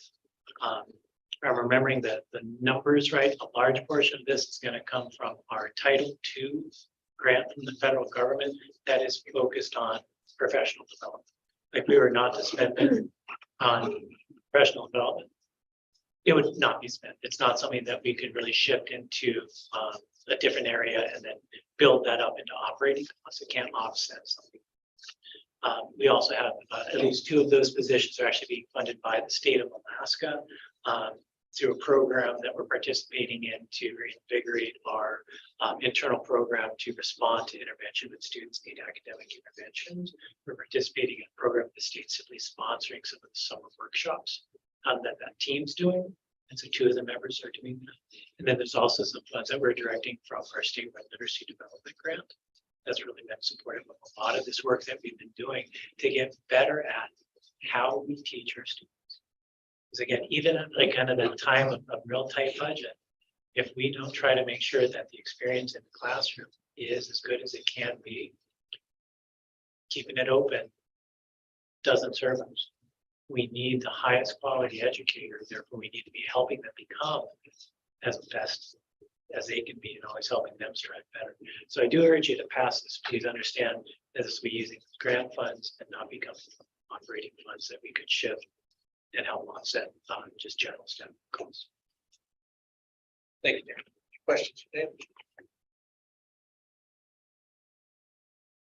All right, then Connie, a roll call vote, please. Salix Cornet, Yes. Jenna Ham, Yes. Yes. Brett Oakley, Yes. Kristen Randall, Yes. Krista Shreve, yes, Lauren Bruns, Yes. John Adams, Yes. Brian Cusack, Yes. James Tench. Yes, motion passes unanimously. We're going to Well, business item. refresh. We added that. Let's go. Yes, thank you. Refresh.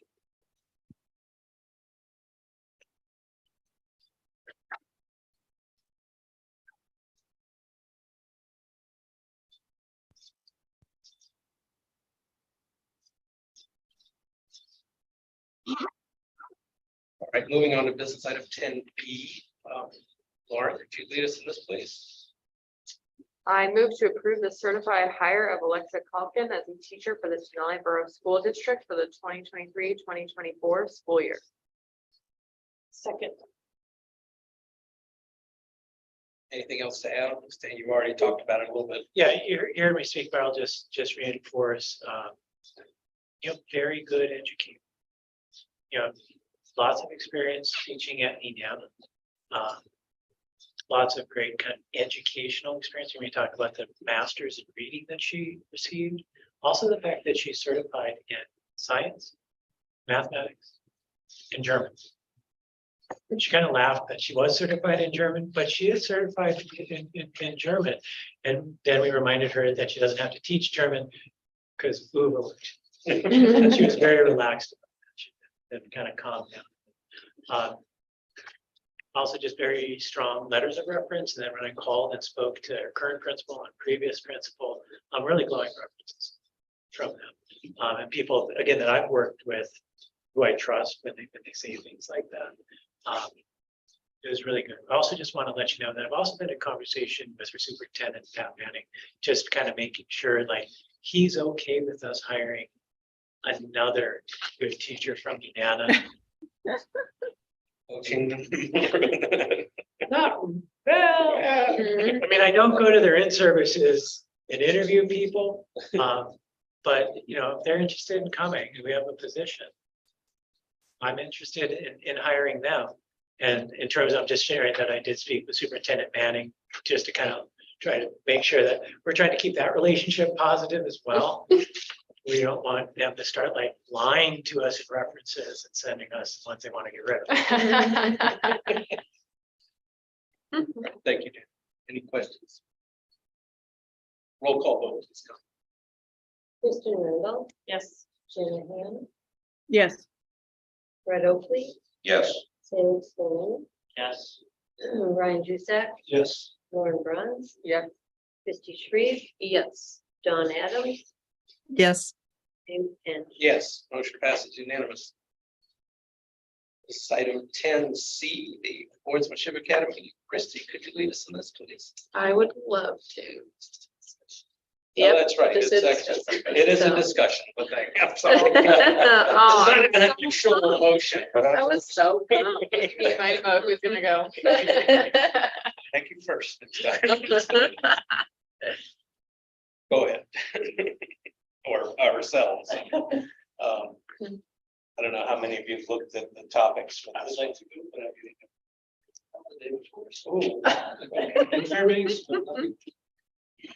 Okay.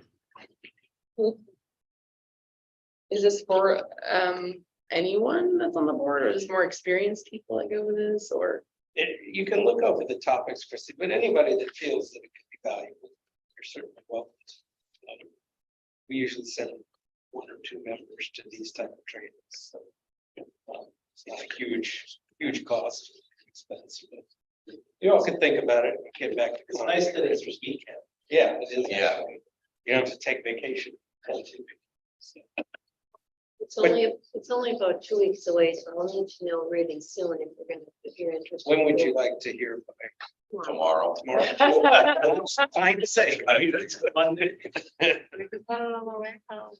All right, well, if there is interest, get in touch with Connie and move forward.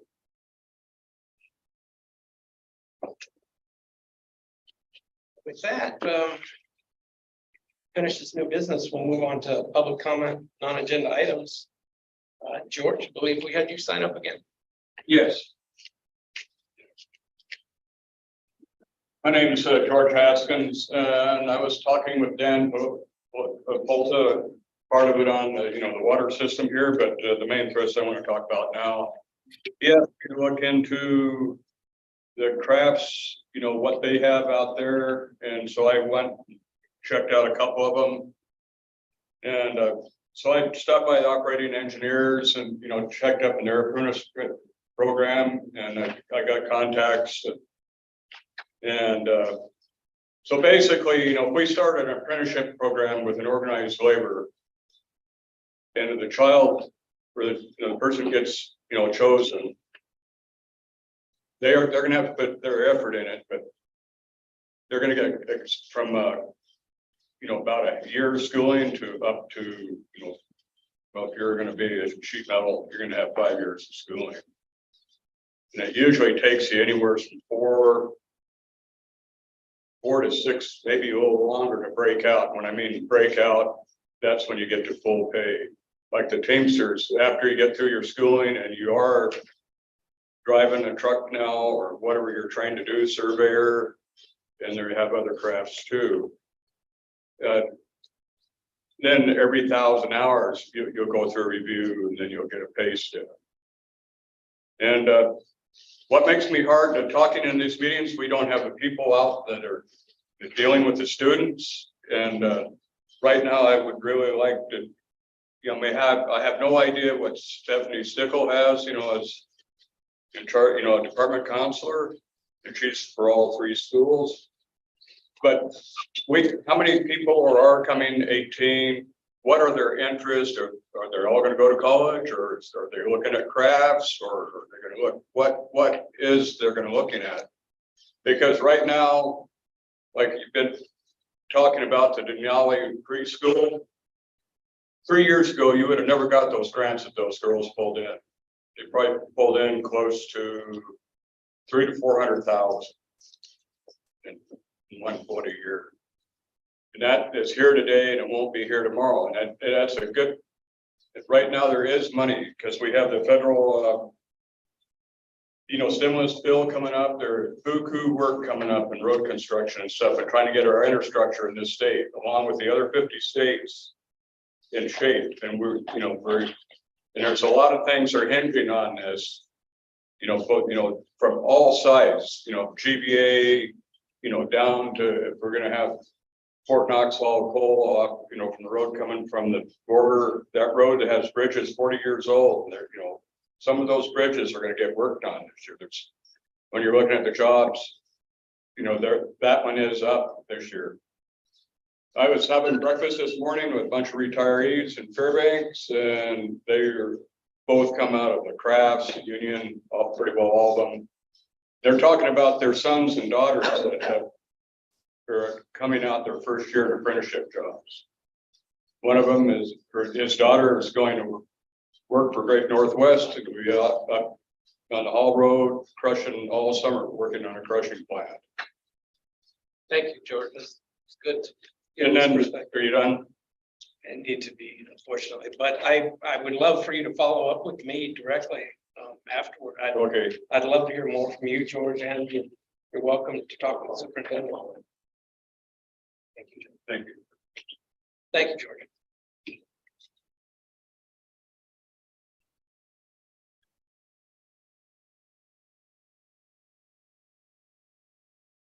Now we'll move on to our final comments. Anyone want to start? I'll go. Thank you, Brett. First of all, I want to thank the students of Anderson School for putting on that, what they went through for the German learning right now. Robert, Kenny, Aubrey, and Austin on there. It looked like they were having fun on the video. And it's nice to see that they're extending themselves out. And like you, my German's real rusty. But I did catch a little bit in between there. So I want to thank them for doing that for us here. It's always a pleasure to see our students here at Anderson come out.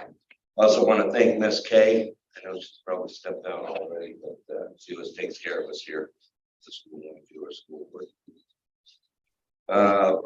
Marty, thank you for your presentation.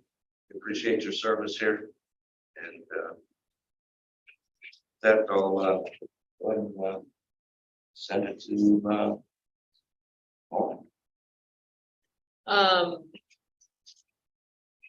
Yeah, feeling a lot of the same sentiments. Always loved the presentation.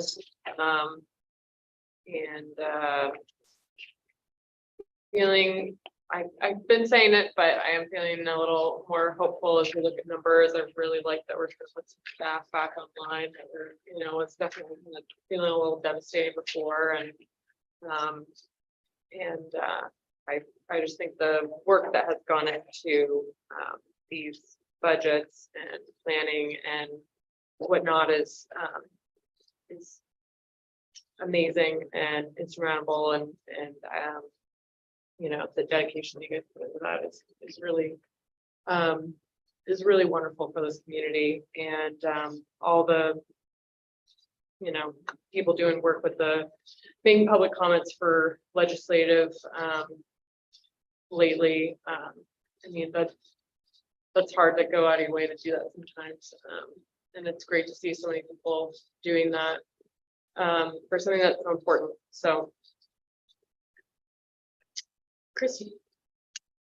I am grateful that I get to know these schools a little bit better. This is my first time being in Anderson School, so I'm really grateful I got to be here and kind of see the perspective of Anderson. I really appreciate that. I'm grateful I got to be here. Chris, would you like to? I would love to go. Well, I just want to say congratulations again to Eric Flaherty. That is pretty exciting that you're the Region 2 Principal of the Year. That is a great accomplishment, and very excited for you to receive that honor. Thank you to George for your research and your help in trying to find solutions to solutions to problems, solutions to making our schools better. And I really appreciate community members that are wanting to find solutions in a positive way. Thanks for the administration for the work on the budget to make it possible for us to provide the type of education that is in our Denali learning. And that to me shows that we're committed to students and we're committed to making it a great place to go to school. And thank you always to Kay for making us fantastic food and for the Anderson German class. I always love their presentations from Anderson. So thank you, and please pass along my great respect for them in doing that. Ryan. Well, thank you to Miss Kay for being here with her smile on and always here to serve the kids or us or whoever comes by the school. So it's always much appreciated and cared for. So thankfully, with the help, we got the image monitor fixed up in German class presentation.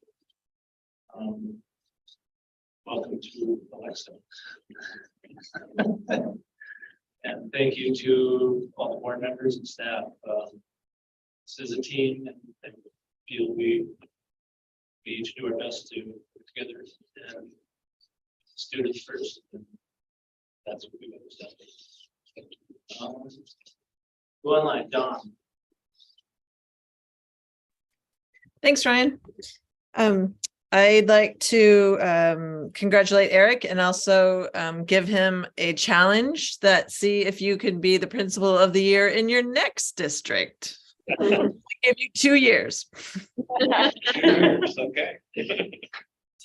And I was very heartened to see the Cantwell student correspondence dated February show up in our board packet. Thank you for doing whatever magic you had to do, Connie, to make that happen. We'll talk about it later. And I'd also like to thank another principal, Mr. Gurley, and he created Pie Night practice from what had been CSC and with some parent assistance, shaped it into something that really is an opportunity and a forum to share out the Denali learning model and for parents to come in and really learn more and discuss topics that may be of interest to more than just them and may be creating frustrations or their own wonders. Anyway, I thought he did a great job. It was so wonderful to see the number of teachers that were present and the number of parents that were there to support Denali learning and to learn from Mr. Gurley and the other teachers. That felt really good as a school board member. And I know at least 3 others of you were there or listening in. And I'll pass it to Jenna.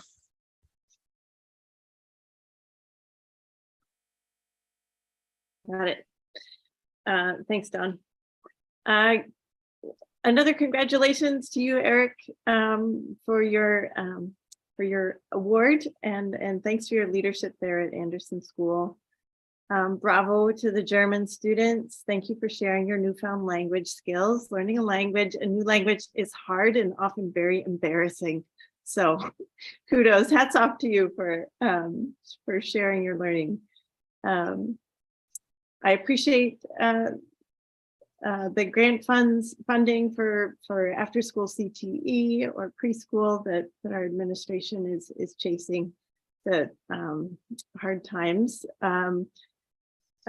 Encourage creativity, and this is maybe an example of that, but I appreciate the hard work that is being done to ensure a well-rounded learning experiences are offered to all of our students. And then thanks, Finance Committee, finally, for all your work in this tough time. So I'll pass it along to whoever has not gone next. Ryan?